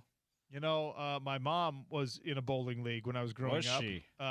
And Tuesday nights. We had year-round. See you later, Mom. We had year-round school as an elementary student, so we were like the track-based system. Yeah. And so when I was off track, we'd have to go to the bowling alley with my mom. Shout out to my mom, whose name is Stephanie, and her bowling partner, also Stephanie. Steph. Yes, and they were pretty good. They were wrecking some people in that bowling league down at Sandy Brunswick Lanes. Arguably the greatest athletes named Steph. Both of your mom and her friend Steph. With respect to Steffi Graf and Steph Curry. Sorry, but those two. And Stephon Marbury. Those two ladies from Sandy, they're better than They got you. They got you with their bowling prowess. Shout out. Anyway, so they're killing the Pro Bowl, even though I gave them a better idea than killing it. That's actually a fun idea, and it PBA, no brainer. Yeah, collaboration with the NFL. Collaboration with the Where NFL. do we sign? Exactly. NFL. You're gonna have to do some more convincing on there. But you just tell the players, look, you're a Pro Bowler, so you get a $30,000 bonus or a $50,000 bonus or whatever, and you get to fly to Hawaii. It's a vacation after the season. Everyone would be on board with bowling. The reason they didn't want to play football is because they spent 16, 17, 18 weeks playing football. Yeah. They don't mind bowling and, competitive kind of a situation. Anyway. Yeah. So it was a good idea, and no one listened to me, and maybe we should launch it and make it our own thing. But you can bring back the Pro Bowl or some level of the Pro Bowl, James, or also going away. You know the little ticker at the bottom of your screen on ESPN when you're watching college football games? I saw this on the rundown, did not see the news where this was announced. They're apparently talking about getting rid of the score ticker on the bottom of the screen during ESPN football broadcasts. So just during the games? Yes. It'll still be on their shows and stuff, but not during games? Yes. Weird. So while you're watching a Utah game, one of the nice things is that the sports ticker, it's gone. They're officially removing the bottom line sports ticker from regular season college football broadcasts. It's always been the way. Now, I see why they feel like they might not need it, because we can just pull up scoreboards on our phones and Google scores. But that's always been the way for you to just glance down and see, oh, that's the score of the other game that's going on. Yes. You're getting me more attached to my phone. Now I have to have it while I'm playing, while I'm watching a football game. Are we going back to the 90s? Are we going to take out the score bug that always shows up at the bottom of the screen too? Oh, well, people need to see the 30-yard line when they're on the other team's 30. Come on. ESPN's justification is they wanted to give fans a cleaner, less cluttered viewing presentation. By all means, give me cleaner and less cluttered. Give me the score ticker, though. That's not in the way. I don't get it. It's unnecessary, and maybe you and I are just from an increasingly bygone era, and we're like, we don't want to be updated by our phone. We want to see it on the TV screen. This just means you're clicking back and forth to the other games far more often. Yeah. Or you're, like you said, you're looking down at your phone far too often during the game. I don't like this one bit. So are those all the options then? Yeah, you get to bring one back. Okay, so Michael Jordan interview, ticker. No, Michael Jordan, special contributor. Excuse me, you're right. Don't just call it interview. It's not one it is one interview, but special contributor. I forgot. Yeah. So that, or the scoreboard, ticker, Pro Bowl, and then what was the last one? Scoreboard, ticker, Michael Jordan, Pro Bowl. Oh, it's just the three? Okay. Yeah. I'm very good at paying attention. I am going to go with the scoreboard ticker. And it's pretty easy for me. That's the correct answer. It's pretty easy for me. I've never been interested in the Pro Bowl. I am interested in all-star games in general, baseball and basketball in particular. I'm on board with let's always make those. Let's get to a point where those are always good again, or they've never been always good, but good more times than not again. Don't get rid of those if you're baseball and basketball. But they've needed to get rid of the Pro Bowl for decades, OC. Like, what was the point of holding on as long as they did? I've been telling people for years the Pro Bowl was actually awesome if you made it to the city. If you went to the Pro Bowl game. Yeah, which is usually the case for any sporting event. It's awesome if you're there. As a television viewing experience, it was abysmal. But just getting rid of it and naming the All-Stars, it feels you're waving the white flag a little too hard, NFL. You should have done my bowling idea, but yeah, that's the thing. I have been in favor of, like, the players and all across sports care about being named All-Stars or Pro Bowlers. They didn't care about playing in the game or participating in the events. So for football for a long time, I've absolutely been like, just name a Pro Bowl list like you do all pros, because that's all the players care about anyway. And there's been an argument to do that in the NBA. I'm against that because I loved when the NBA All-Star Game was awesome every time, I want it to be back to that point. I think we'll have to see what happens with this younger generation of player, because Victor Wembanyama trying hard made everyone else try hard. Yeah. The LeBron James generation of player, they wanted to be on vacation instead of in an All-Star game. The Michael Jordan generation, those guys kind of hated each other and were happy to be competing again. Yeah. So there was something else to even in the 90s, fans just didn't get to see the best players play every night like we can now. And so the All-Star game represented a way to see the best players all on the same court. And all on the same night. You can do that just by subscribing to the NBA League Pass now. I will say, preview of a grievance I can air tomorrow, but in a lot of the articles about the Pro Bowl going away, Tyler Huntley is mentioned as a reason why we've jumped the shark on this thing, and I disapprove of that. I don't like that. He's just one of many weird Pro Bowl alternates. There's plenty of weird Pro Bowl alternates. I don't know why people are just like, Tyler Huntley, really? It's like, come on, that's our guy Snoop was awesome. Yeah, he was one of the best backup quarterbacks in the league that year. How dare you? How dare you? Shedeur Sanders is my favorite joke for that. Shedeur made it as an alternate last year, and now it's a year later it's going away, so everyone's going, Shedeur killed the Pro Bowl. That one I approve of. We're fine with he's that. an alternate for the Cleveland Browns also, so it makes sense. Mr. Alternate Star. That's your Daily Dump, brought to you by Valley Plumbing, Heating, and Cooling. I want to take a closer look at today's over-under proposition, and then 8.5 minutes from now, we have the Devin Dampier Edition with Dev interview for this week.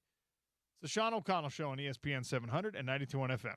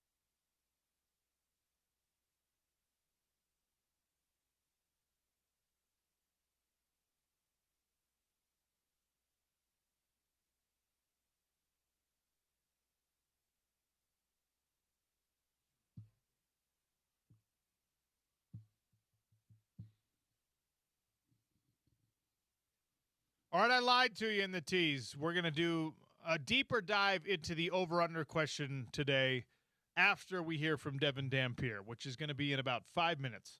Right now, we're going to sneak in a PGA Tour leaderboard update brought to you by Uinta Golf by Worldwide Golf. 50% trade-in value right now on inline golf clubs. Browse hundreds of inline drivers, fairways, irons, wedges, and putters, and get 50% bonus trade-in value at Uinta Golf by Worldwide Golf. PGA Tour leaderboard update from the Tour Championship. What do you have, James? Leadership update. I don't know who the leaders. No, just kidding. Victor Hovland, Minwoo Lee tied at the top of the leaderboard. They still have a few holes left in their opening round here at 6 under.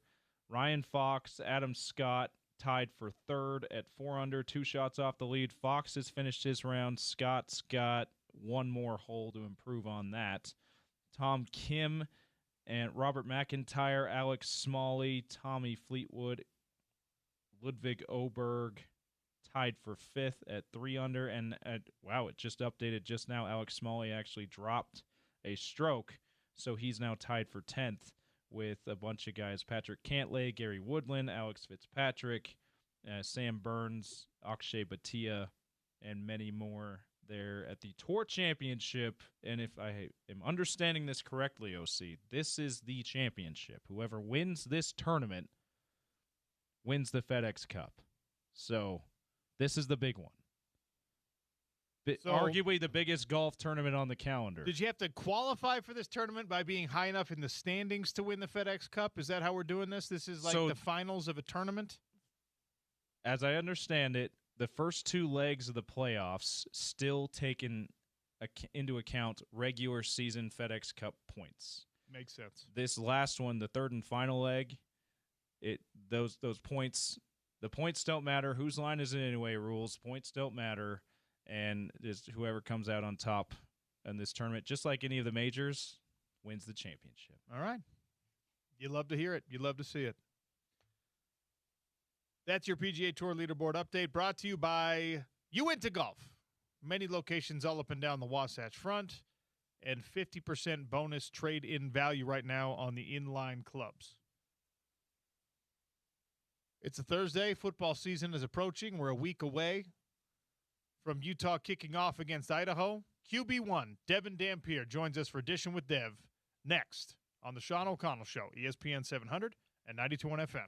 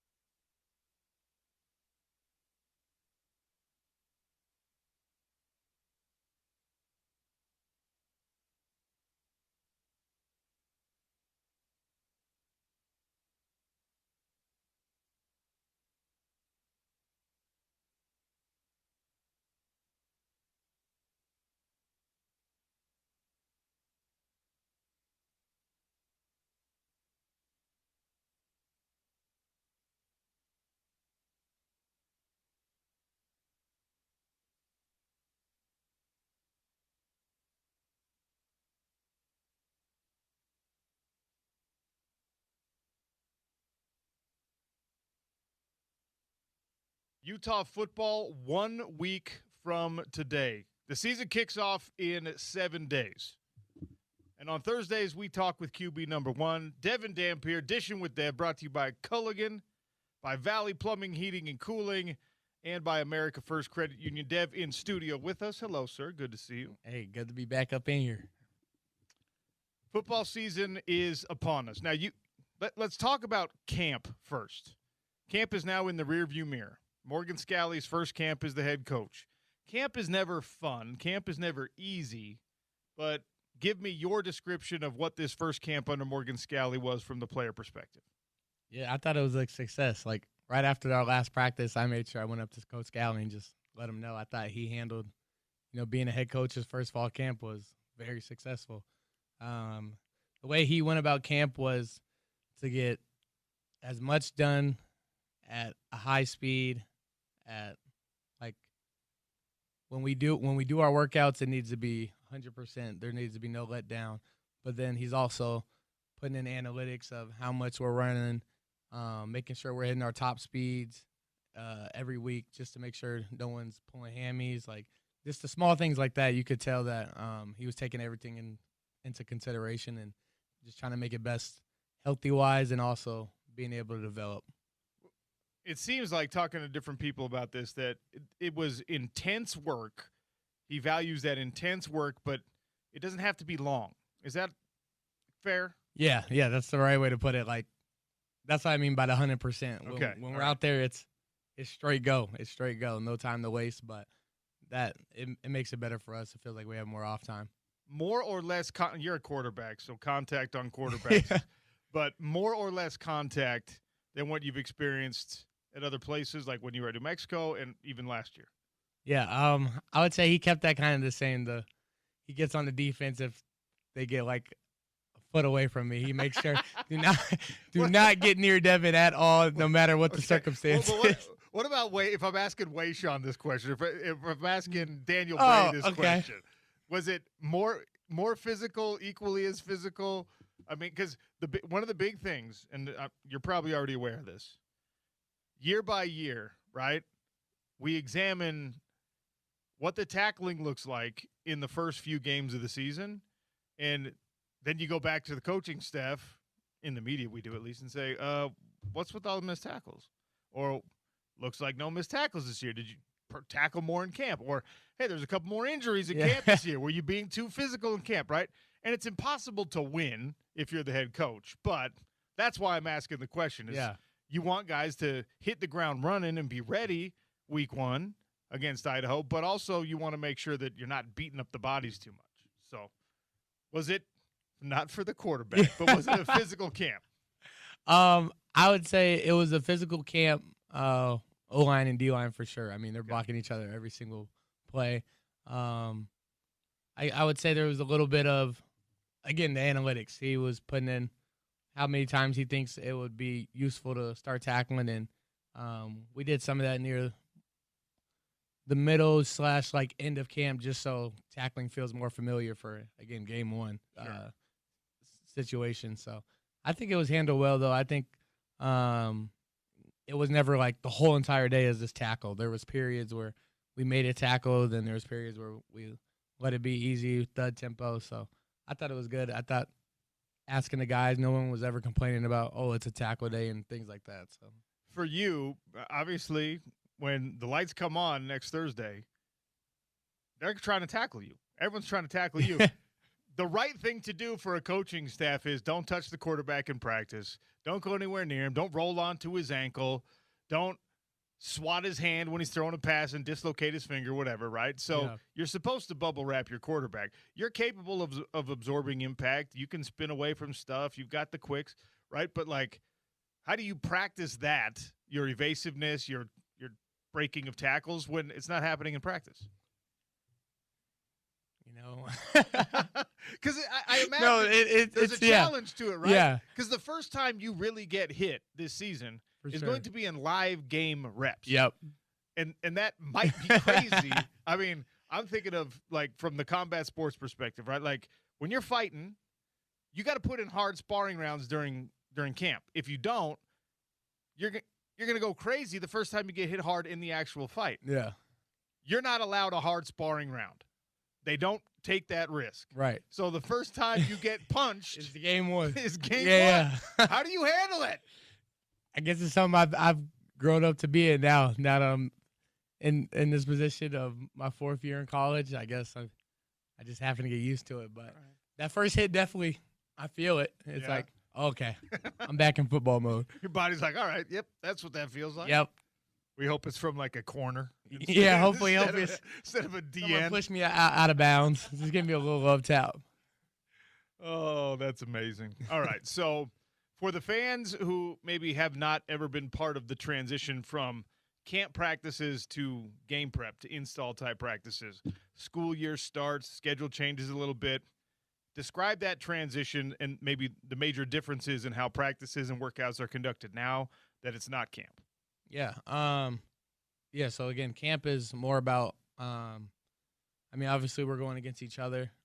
We're trying to put in plays that we feel really confident about to bring into the season. And so is defense. They're trying to figure out what ways they like to line up against certain formations and stuff like that. So the biggest difference is now we have scout teams. Players have been assigned to have their scout roles now, and now we're trying to give the best look that whoever we're going to play against that week, we want to be able to practice our plays against that type of look, what we think we're going to get, and there's more preparation for sure. This is where the film gets, I guess you could say, more serious for me, where I do clock in those hours to just try to see the little tendencies, what a defense can do, and stuff like that.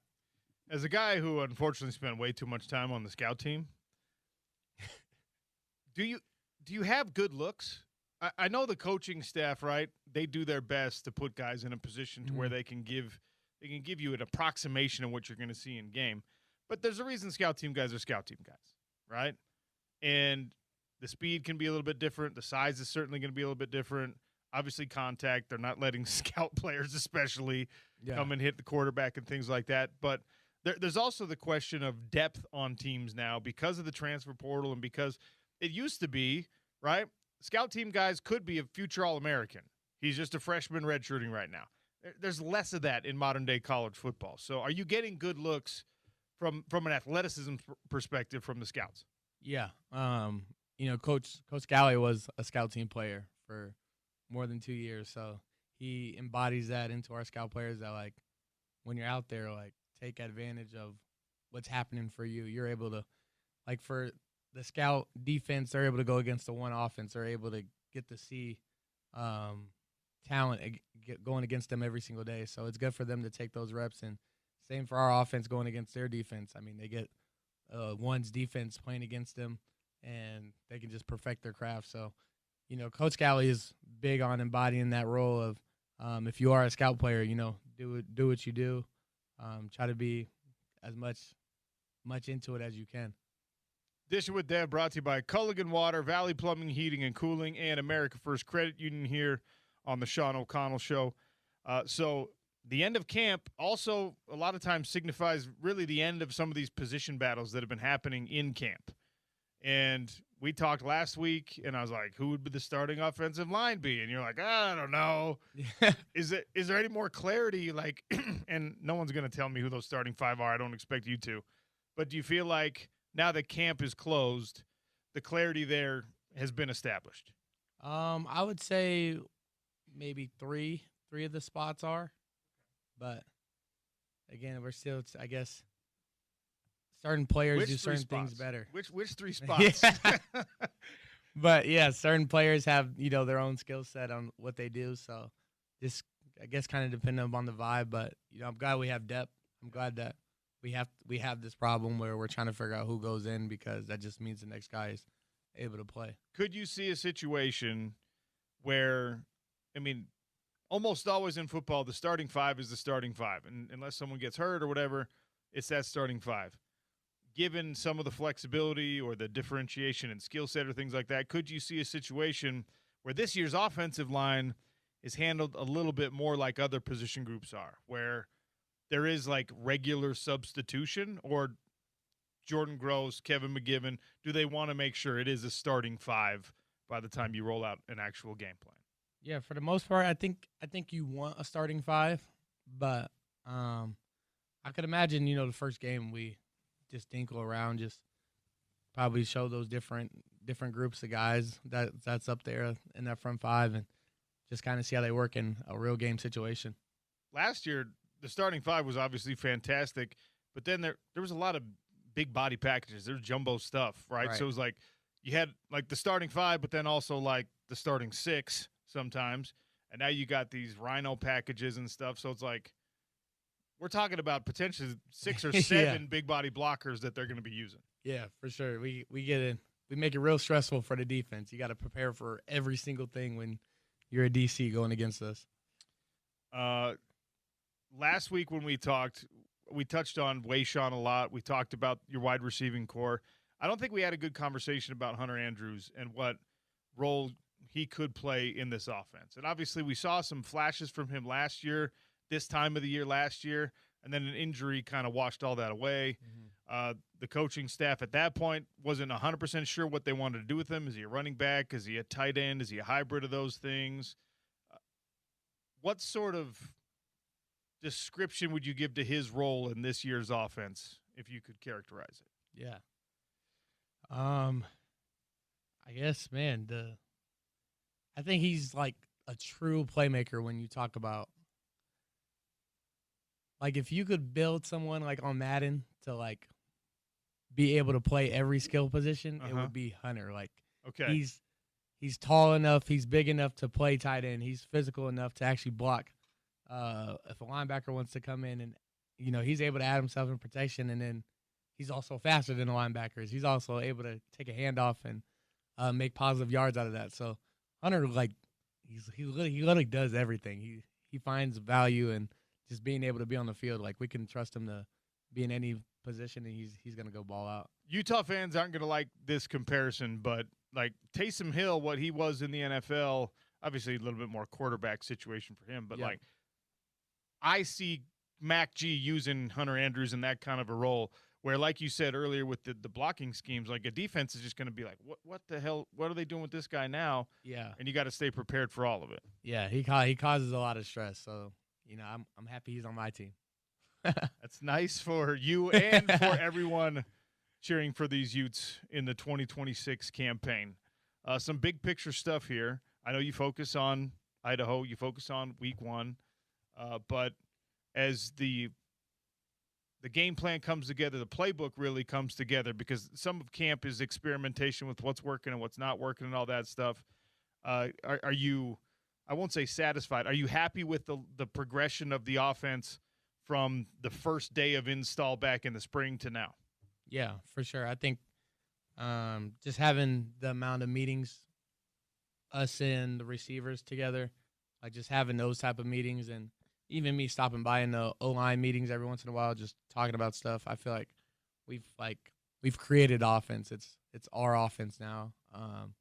And Mac G, he gives us that authority to make the offense ours.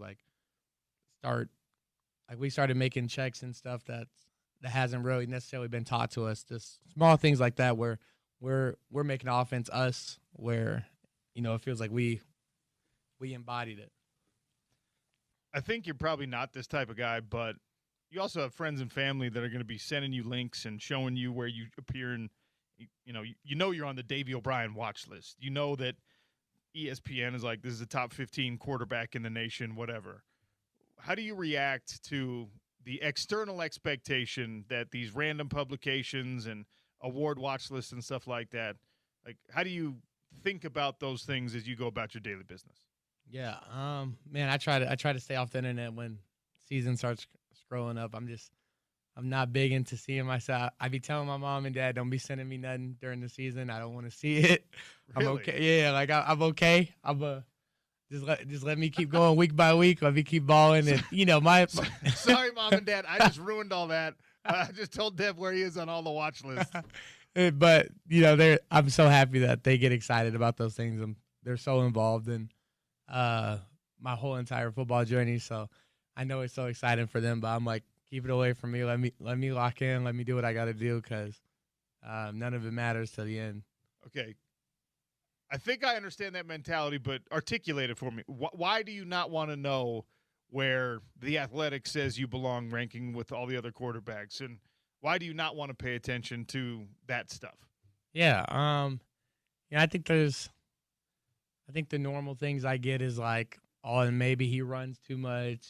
I don't know.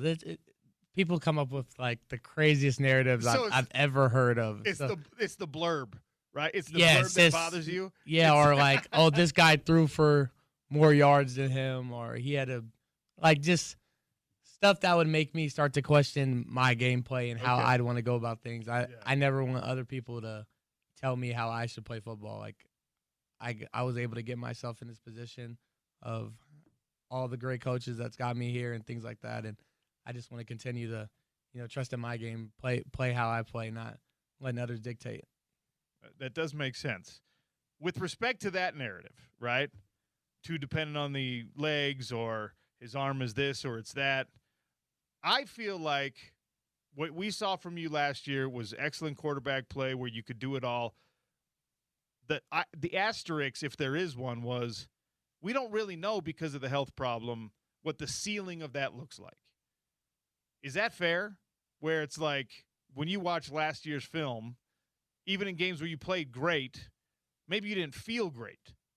Right. So I look at some of those numbers, that's a hell of a game from Dev, but would it have been even better if both of his legs worked properly? You know what I mean? For sure. Is that the right way for us to be viewing our expectations of you for this year? Yeah, no, even out of myself, I'm expecting myself to, like, I would say this is the first fall camp where I felt like it was playing out there never got too fast for me. Like, I felt like, I've been here before the games really slowed down, where it didn't slow down during camp. Like, I got in there and I was already prepared. So, I feel like I'm at a level where I should be able to be at my best, every single game. We already talked about last week the sort of chemistry with your receivers and that kind of thing. What about throwing motion, footwork, the mechanics of being a passer? Do you have to tweak things like that because you were adjusting again to some, like, a lack of a base last year? Your arm angle probably had to be a little bit different, or you were throwing more with your shoulder than with your hips because you had all these injuries and stuff like that. Was there an adjustment period of getting back to throwing like a healthy person? Yeah, I would say, that started as soon as I could throw a ball. It took about 6-8 weeks for me to be able to throw a football again after my surgery. And, that was about kind of spring coming in. So I was able to get in Arizona, get back with my QB trainer, just hitting those type of things. But, man, in game, it's so rare that you get the exact clean pocket, like when there's no movement, where you don't have to make arm angle throws. And, that's something my coaches like about me, that I'm able to change my arm angle at times to be able to get the ball through the D lineman and stuff like that. So there's a little bit of things going into it, just the way we call plays, the way we read through things that obviously changed the way my footsteps work. But, man, ultimately, I feel like I'm in a good spot where I can make any throw. Devin Dampier for a couple more minutes here on the Sean O'Connell Show. Dishing with Dev, brought to you by Culligan Water, Valley Plumbing, Heating, and Cooling, and America First Credit Union. You are more popular than you were last year. You're more established than you were last year. You are thought of highly, not only locally but nationally, as a quarterback. With that comes opportunities, NIL opportunities, who knows what else, right? Part of being a modern-day college football player, especially quarterback, is you also have to be a good businessman. Have you been able to put that in the proper box as the season approaches, as, these interviews like this more common, et cetera, et cetera? How has the extracurricular football stuff been now that you're, a more firmly established starter as the season approaches? Yeah. I think it's been a lot more me now. I think I came in a little bit more on the, nervous side of last year, just not fully expressing who I was, I guess you could say, in a way. But, man, this year, just the amount of respect people are allowing me to have, and It's allowed me to feel like, I can be myself at all times. And that's just something that I've kind of told myself I want to do this year. I want to be myself no matter the situation. And that just goes into my leadership also, like that translates on the field. I don't want to be the guy where, if they score first and then we don't score, I'm being pouty on the sideline. Like, I want to be the same guy. I want everyone to – I never want to switch up for any situation. So, and I think it's honestly some people have been enjoying. I've been getting feedback about it. Just they're like, man, I've never had an interview like you. You're very uplifting and very yourself, and that's just something I want to give off. Speaking of leadership, the way that the leadership dynamic on a slightly remade roster has developed through camp and in the first week of install and things like that. Any surprises for you, or is it the guys that you thought were going to be those guys? Yeah, for the most, yeah, because I don't know. There's this guy. You can tell the other guys in the locker room too that have influence on others. They're able to say stuff, and you see guys turn their head and they really listen. So, we already had our leadership council group, and you could tell those guys were. You could tell they're all taking steps in their own leadership role as well, going through fall camp. There's different types of leadership on football teams, right?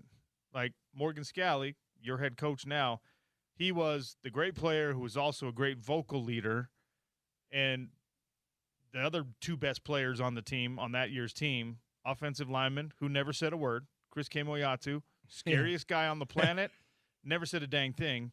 Alex Smith was the best quarterback in the country, didn't really say a lot in the locker room. So who fills those roles? Who's like the strong silent type, and who's the one that is going to say the right thing at the right time? Yeah. I would say me and Lance are probably the most like both-sided leaders, I would say, if that makes sense. Like I feel like I can go to the defense and say something, and they will respect my opinion. And I think Lance is that defensive guy that can come over and say something to offense, and we'll respect what he says as well. How has Lance become that? Because with respect to Lance, and I know there's a lot of factors that play into this, like his on-field resume does not yet say he is undeniably that. You know what I mean? Because sometimes it takes like production.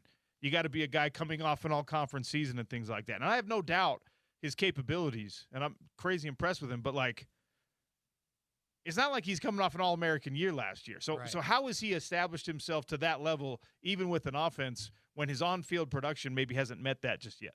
Yeah, I think it's his compelling.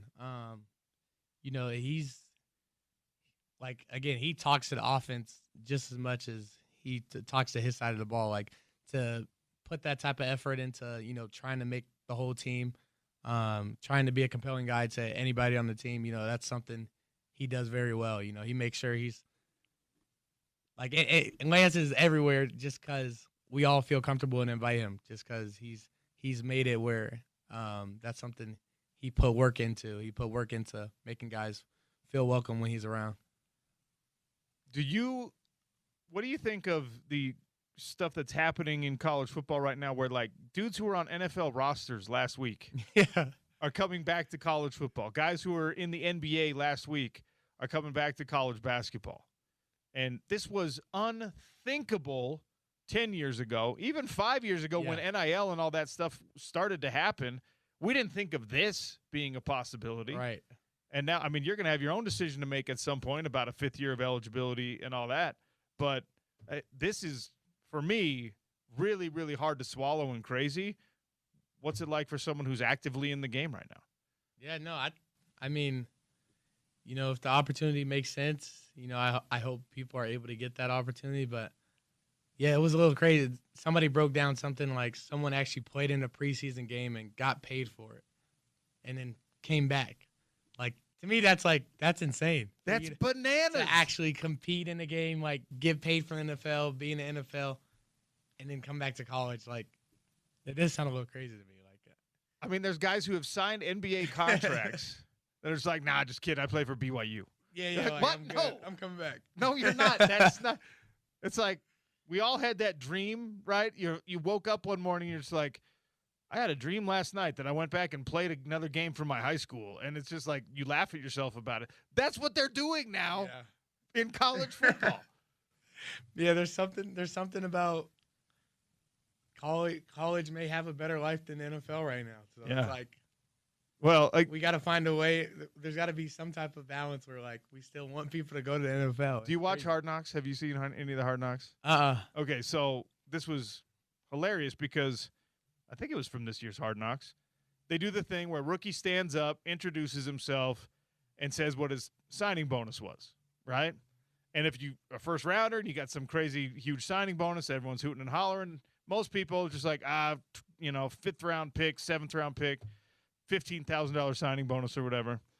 And one guy was just like, $15,000 signing bonus, made $700,000 last year in NIL. And all these old guys in the league, it's like, what? Yeah. What are you doing here then? Yeah, right. Because you didn't want to stay another year. Yeah, because those guys are like, we'd made $0 when we were in college, and right. That's crazy because you're talking about a guy who was an unbelievable college player, got compensated for it. Maybe there's some doubts if he'll be a good NFL player, so they're just like, yeah, you can have a $10,000 signing bonus or whatever. So it's just like that's got to be a hard learning curve if you're in that category. If you're a bubble guy on an NFL roster, but you were like Diego Pavia is the best example I can think of, right? Yep. Heisman Trophy finalist at Vanderbilt, making millions at Vanderbilt. The NFL doesn't want him. You're probably like, let me go back to Vanderbilt then. Yeah, right. Like that. Yeah, it's crazy to me. It's crazy to me that like you just hear people say like, I'd rather stay in college, and then it's like that shouldn't be the case, but it is. It is the case. We're going to wait, but you and I are going to have this conversation at some point when we get close to the end of the year because these are things that are going to, going to rear their head for everybody. Yeah, right. Crazy. A week away from playing the first game. What is the nervousness, the feeling, the anticipation when you got 7 more days before football season is actually for real here? Yeah, man, the nervousness has not hit me this year. Okay. I don't know. I don't think I'm nervous at all, honestly. I think like this is my 4th year of college. If you were playing Arkansas in week 1 instead of Idaho, would that be different? Nah. Okay. I think like just my self-confidence, my self-belief, and how far I've been able to see myself come up as a football player. Like, man, my confidence is through the roof. I'm just like, this is everything. I worked to be at this situation. I worked to be here and feel like I'm getting to my complete self. So, I'm very confident just going into the situation. That's QB1 Devin Dampier for Dishing with Dev. Culligan Water, Valley Plumbing, Heating, and Cooling, and America First Credit Union are your sponsors making this interview possible every single week. Also, Dev's here in studio, so all you folks that last week were like, where's the YouTube? Because you want to see Dev's pretty face. It's here. ESPN700sports.com. The YouTube link is there on the page. So you can go watch it, and it'll be available on the app and all that stuff. Dev, it's great to see you. Good to see you, too. It's always fun. We'll be doing this every single week. Good luck with game prep. And then, obviously, the next time we have this conversation, it's for real, for real. It's for real, for real. Game week. That's Devin Dampier. Lots more to get to on the Sean O'Connell Show, ESPN 700, 92.1 FM.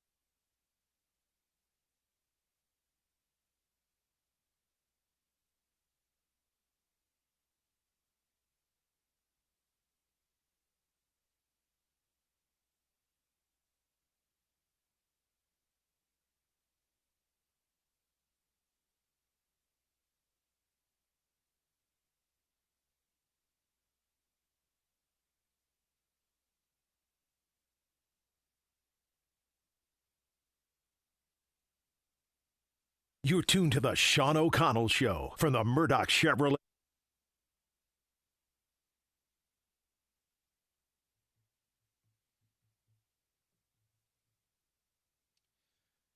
All right, go to Twitter at RealOCSports. Tell me whether you think Utah's defense holds opponents on average to under 125.5 yards a game or over. It's one of the most important stats that this Utah football program can improve upon heading into this season.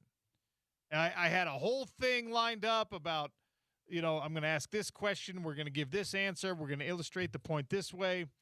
Utah's rush defense last year, by the way, at the end of the year, ranked 110 out of 136 in the country. That is terrifying for a program that usually has a very stout run defense. Interestingly enough, ranked number 111, Utah State last year.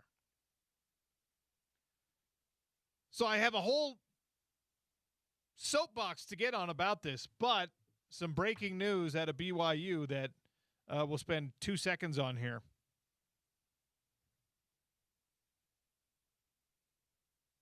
Announced in the Deseret News and other places, BYU has restructured its athletic department.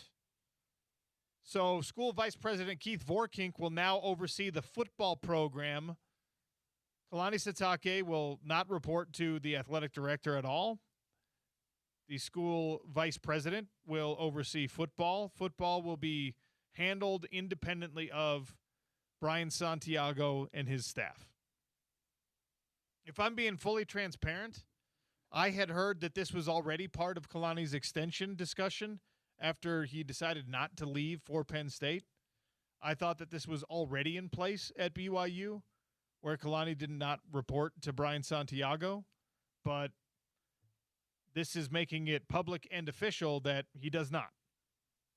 I don't know if it's a new thing because, like I said, people close to the program told me already that Kalani and Brian Santiago don't really see eye to eye on a lot of things. Obviously, in the last 15 or so days, that has become much more clear, and we are 9 days away from BYU kicking off its football season, and their administration has said, all right,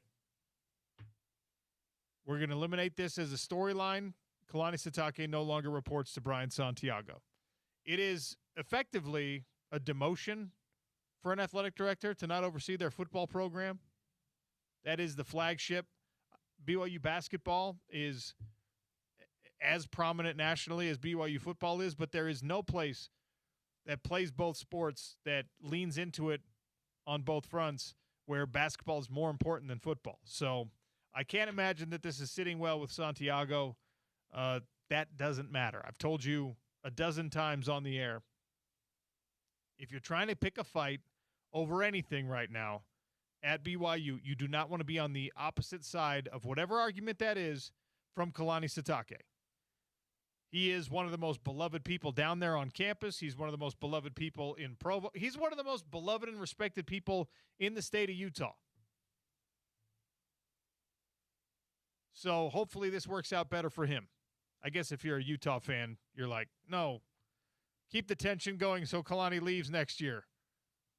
This is an interesting piece of breaking news because I remember you and I think other people, Spence probably too, talking about how they had found out that the contracts already had this in place, that he did not technically report to Brian Santiago. So maybe this is just, we're going to make it public for the first time so that people understand that it's not as big a deal as it seems like it is that he disagrees with the AD. I don't know. I think that's what this is. I also think that now this is maybe a public acknowledgement to their vice president, Keith Vorkink, like, hey, the budget and everything is going to move under your umbrella.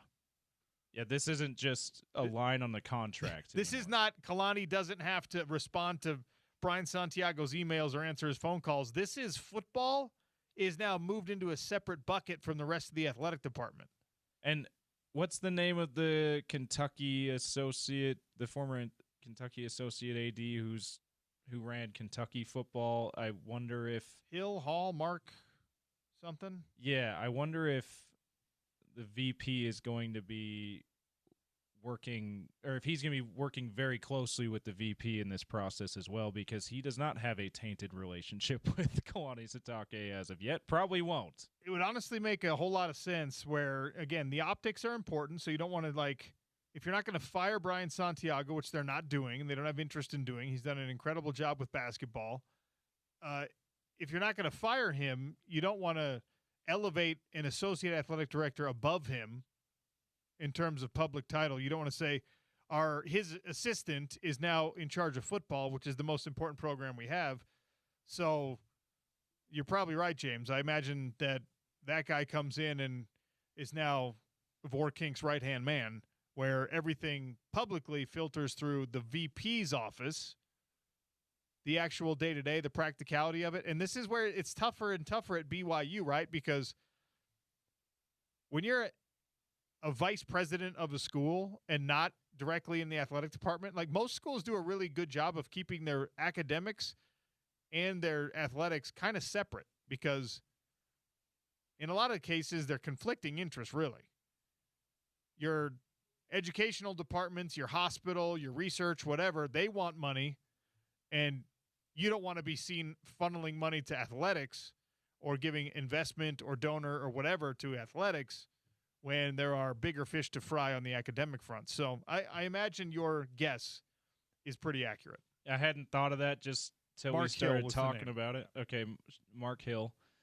Yeah, I hadn't thought of it till we just started talking about it here a few minutes ago in this segment, but that makes the most sense to me. And like you said, because they're not a public university, they don't necessarily have to tell anyone that they didn't have to tell anyone this, but if this is all they want to say is, okay, VP Vorkink is going to be over football, they don't necessarily want to reveal that, oh, well, the guy we just hired is going to play a big role in that too, hired away from Kentucky. It would make sense because of his level of experience that you would at least lean on his expertise, whether there's any title to it or not. So, and why would you have just hired him if you weren't going to do that too? So, look, at the end of the day, this looks like Kalani getting more of what he wants, peace being made. The head football coach, who's done an incredible job over the last couple years especially, and is a wonderful representative of the university, the athletic department, the faith, and all things. Take care of that guy. BYU ain't stupid. And like I said before, you're not choosing anyone else's side in an argument other than Kalani Sitake if you can avoid it. So this is what they're doing, as reported by the Des News and multiple outlets. And, of course, they get kind of exclusive access to some of the information. I want to bring up some points about my over-under before we hit the final segment of the show, because 125.5, I came up with that number. That's the 5-year average for Utah football on their rush yards surrendered. 125.5 in last year's season would have made you top 33 in the country. Washington State was 33rd at 125.15, okay? So I'm not even asking for the world with Utah football. And again, this is an average yards per game surrendered. But when you look at last year's season, they were not good against the run. They were not good at stopping the run. Thankfully, they were really good at scoring points last year at the University of Utah. Had they not been, we would have been complaining. We would have been crying. We would have been talking a totally different – the whole tune over the exit of Kyle Whittingham and where he ended up would have been very, very different had they not scored a bunch of points last year under Jason Beck in that offense. James, how many times do you think in a 13-game season, how many times do you think Utah held opponents under 125 yards rushing? Last season. Was that was the average? That's yards the average. Given up? That's your over-under. Last year's average was 181. Oh, okay. So no, that would actually be a vast improvement. Under 125. The average was 180. I'm going to say 5 games, 6 games? 4 games, and only one of those was against a Power 4 opponent. That was the Colorado game. Oh, wow. who notoriously under Deion Sanders doesn't run the ball. They don't run the ball. They ran for like 36 yards in that game. Yeah. Every other game that Utah played, with the exception of your preseason tune-up games, you gave up more than 125 yards rushing. So what was it, like over 400 against Kansas State alone? The Kansas State game is like one of those shall not be mentioned occurrences. And my bad for mentioning it, guys. But and honestly, that was a crazy lack of rush defense in that game. The reason I went back and looked at the actual game-by-game breakdown was because of that game. I was like, well, yeah, they gave up 181 yards average, but when you give up 500 in a game, how much did that skew the average? On a game-by-game basis, were they really around that 125? But that game pushed them way up over? No. It was you gave up 200 yards against Houston. You gave up 200 yards against Texas Tech. You gave up 200 yards against Cincinnati.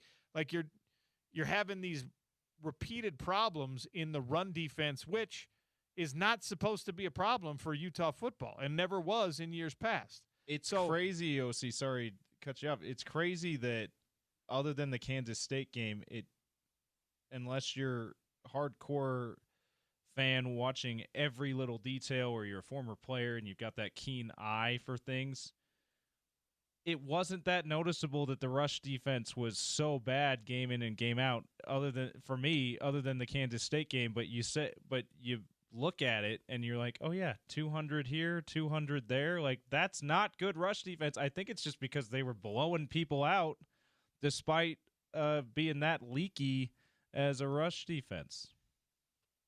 Utah ranked 110th in the country in rush defense in 2025. In 2024, they were 35th, and they gave up 129 yards, so just barely over the over-under that I'm asking for right now. In 2023, Utah gave up 82 yards a game on the ground. They were number 4 in the country in rush defense. In 2022, Utah gave up 111 yards a game on the ground. That's 18th in the country. In 2021, Utah gave up 121 yards a game. They were 19th in the country. The 2020 season doesn't really count, but Utah was 11th in the country that year as well with 107 yards a game surrendered in the run game. The reason I'm giving you all of these is because top 25 is the norm for Utah when it comes to rush defense. Last year was an extreme outlier, and it has to be fixed this coming season. I think I'm being generous and only asking for a 60-yard per game improvement to get you back in that top 25, top 30 range for the 2026 season. You don't have the same offensive line this year, no matter how well things work out. I don't think it's reasonable for people to say, yes, Utah will have just as potent of an offense this year as they had last year. Perhaps it's more, perhaps it's better, in which case it alleviates all this pressure that is on your defensive front, especially your run defense to improve. But over under 125.5. At Real OC Sports or 877-353-0700. Caden says over. We've seen deficiencies over the last few years. Coaching changes, loss and additions of players will keep those deficiencies up. Hope I'm wrong. 4446 says I'm going to take the over. Going to be good enough most of the season. I have a feeling they're going to have a game or two. They just get ran over. It's going to throw that average over the top. This is probably the third most important statistic for Utah football heading into the season. Is your run defense back in the realm of normality for Utah football? Or are you last year ranked 110th in run defense, giving up 180 yards a game? I don't think you overcome that in the 2026 campaign the way you did in 2025. And right. Just not to completely quibble with Caden's text, but you just laid out that it's not been over the last few years. It was really just last year. It was last year. I mean, you went from like 4th in the country to 18th in the country, 13th, but like you're a Sure. top 25 run defense every year. Yeah. In your best years, you're better than that. So that gives me hope that even though there's been some losses on the defensive line and whatever, new coaching staff, whatever, that gives me hope that maybe last year could be an outlier, but we won't know till the games start. In 2024, remember how bad that season was? Remember how all of us wanted to wash it out of the mouths of every Utah fan ever? You were still 35th in the country in run defense. It wasn't the defense that was bad, despite all the injuries. It was the other side of the ball that really struggled. All right. We'll give away some Utah State Fair tickets next on the Sean O'Connell Show.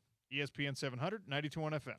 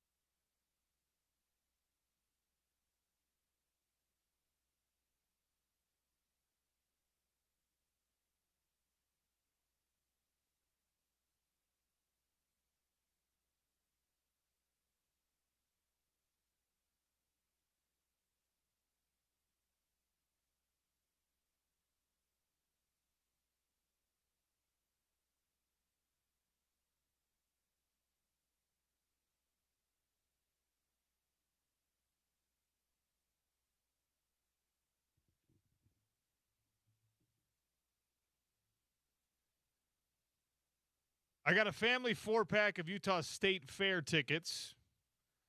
State Fair, of course, is out at the Fair Park September 10th through the 20th. 877-353-0700.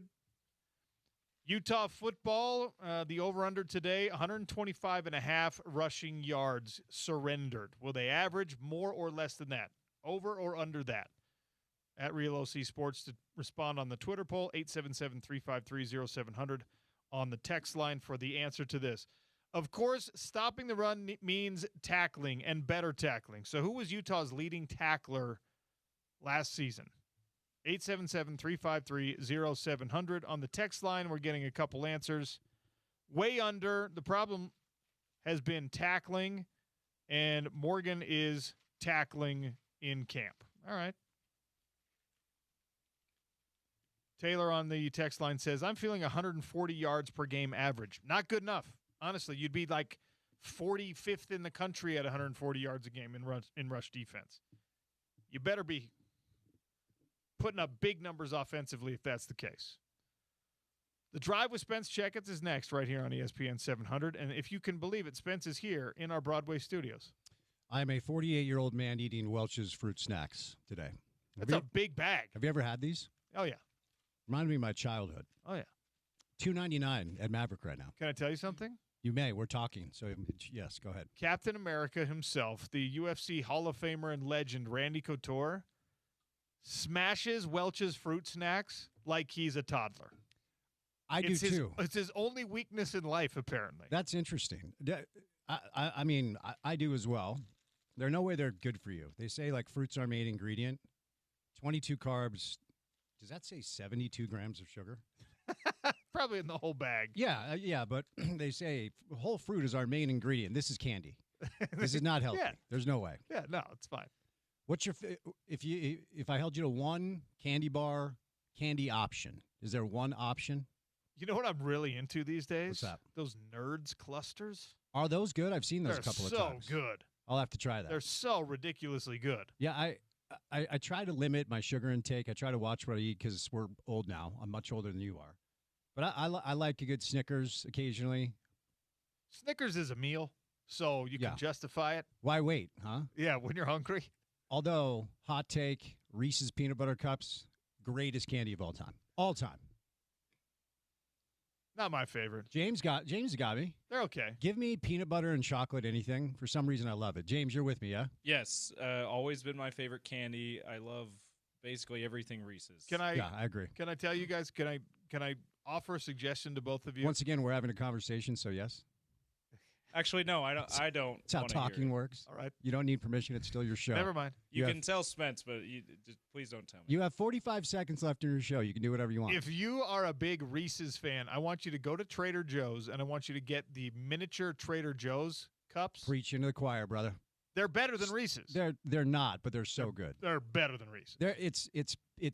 It's a more pure option. It's closer to real food than Reese's is. That is correct. But no one's arguing that. As far as strictly taste, oh, come on. Like a little melted Reese's peanut butter cup. Also, my mouth is I would like to know right what now. witchcraft and voodoo they're working on their Reese's peanut butter cup when they turn them into a different shape for like a bunny? Easter Yeah. or for like the pumpkin at Halloween time. It's better. It tastes better. No, than the actual cup? Yeah. You're crazy. I actually agree with OC on this. The cup is the best. No. Give me the cup over all of it. I want the cup. The cup is like I don't know. It's The cup is elite. It's like Wonder Bread. It's like it's not going to do you wrong, but you can get better bread. But tell me like a nice piece of white bread, Wonder Bread doesn't hit the spot. No, it does. That's what I mean. It's like, okay, when you get a Reese's peanut butter cup, okay, this is going to be good. This isn't 88 miles an hour right down the middle. Yeah. Okay, that's take fair. Of all the things that I've done in my life to disappoint my parents with the church stuff, eating the Wonder Bread and not having enough bread for sacrament one Sunday, that almost got me kicked out of the house, and I was like 12.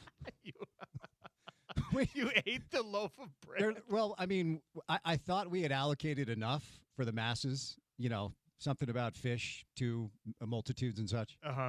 So I thought everything was good to go in the sacrament tray. And I'm like, there are like 3 pieces of Wonder Bread.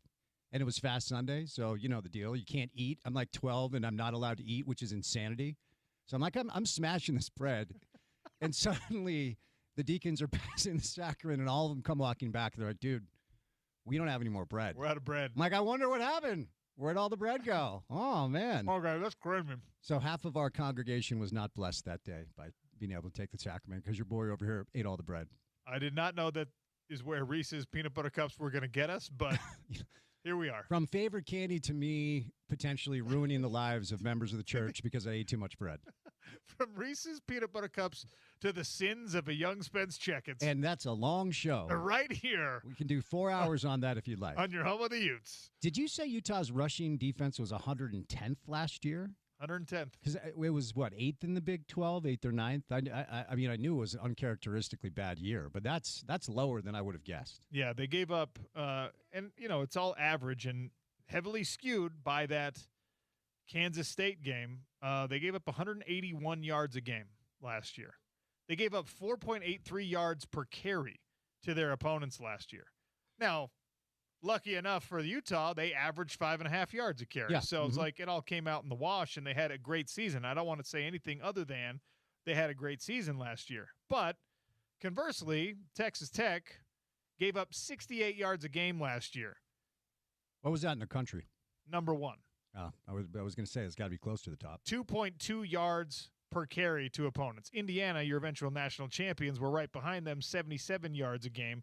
Miami, the runner-up, was 6th nationally in run defense at 89 yards per game. And that, honestly, that's where you want to see Utah anywhere from, you know, that top 1 down into the top 25, top 30. That's where BYU was at last year. Like, you can, as long as your offense is humming, you can get away with giving up 100-plus yards a game, but 125-ish, it's kind of the line of demarcation if you want to be a dominant team. Have you done a show on how many yards per carry you think Utah will average this year?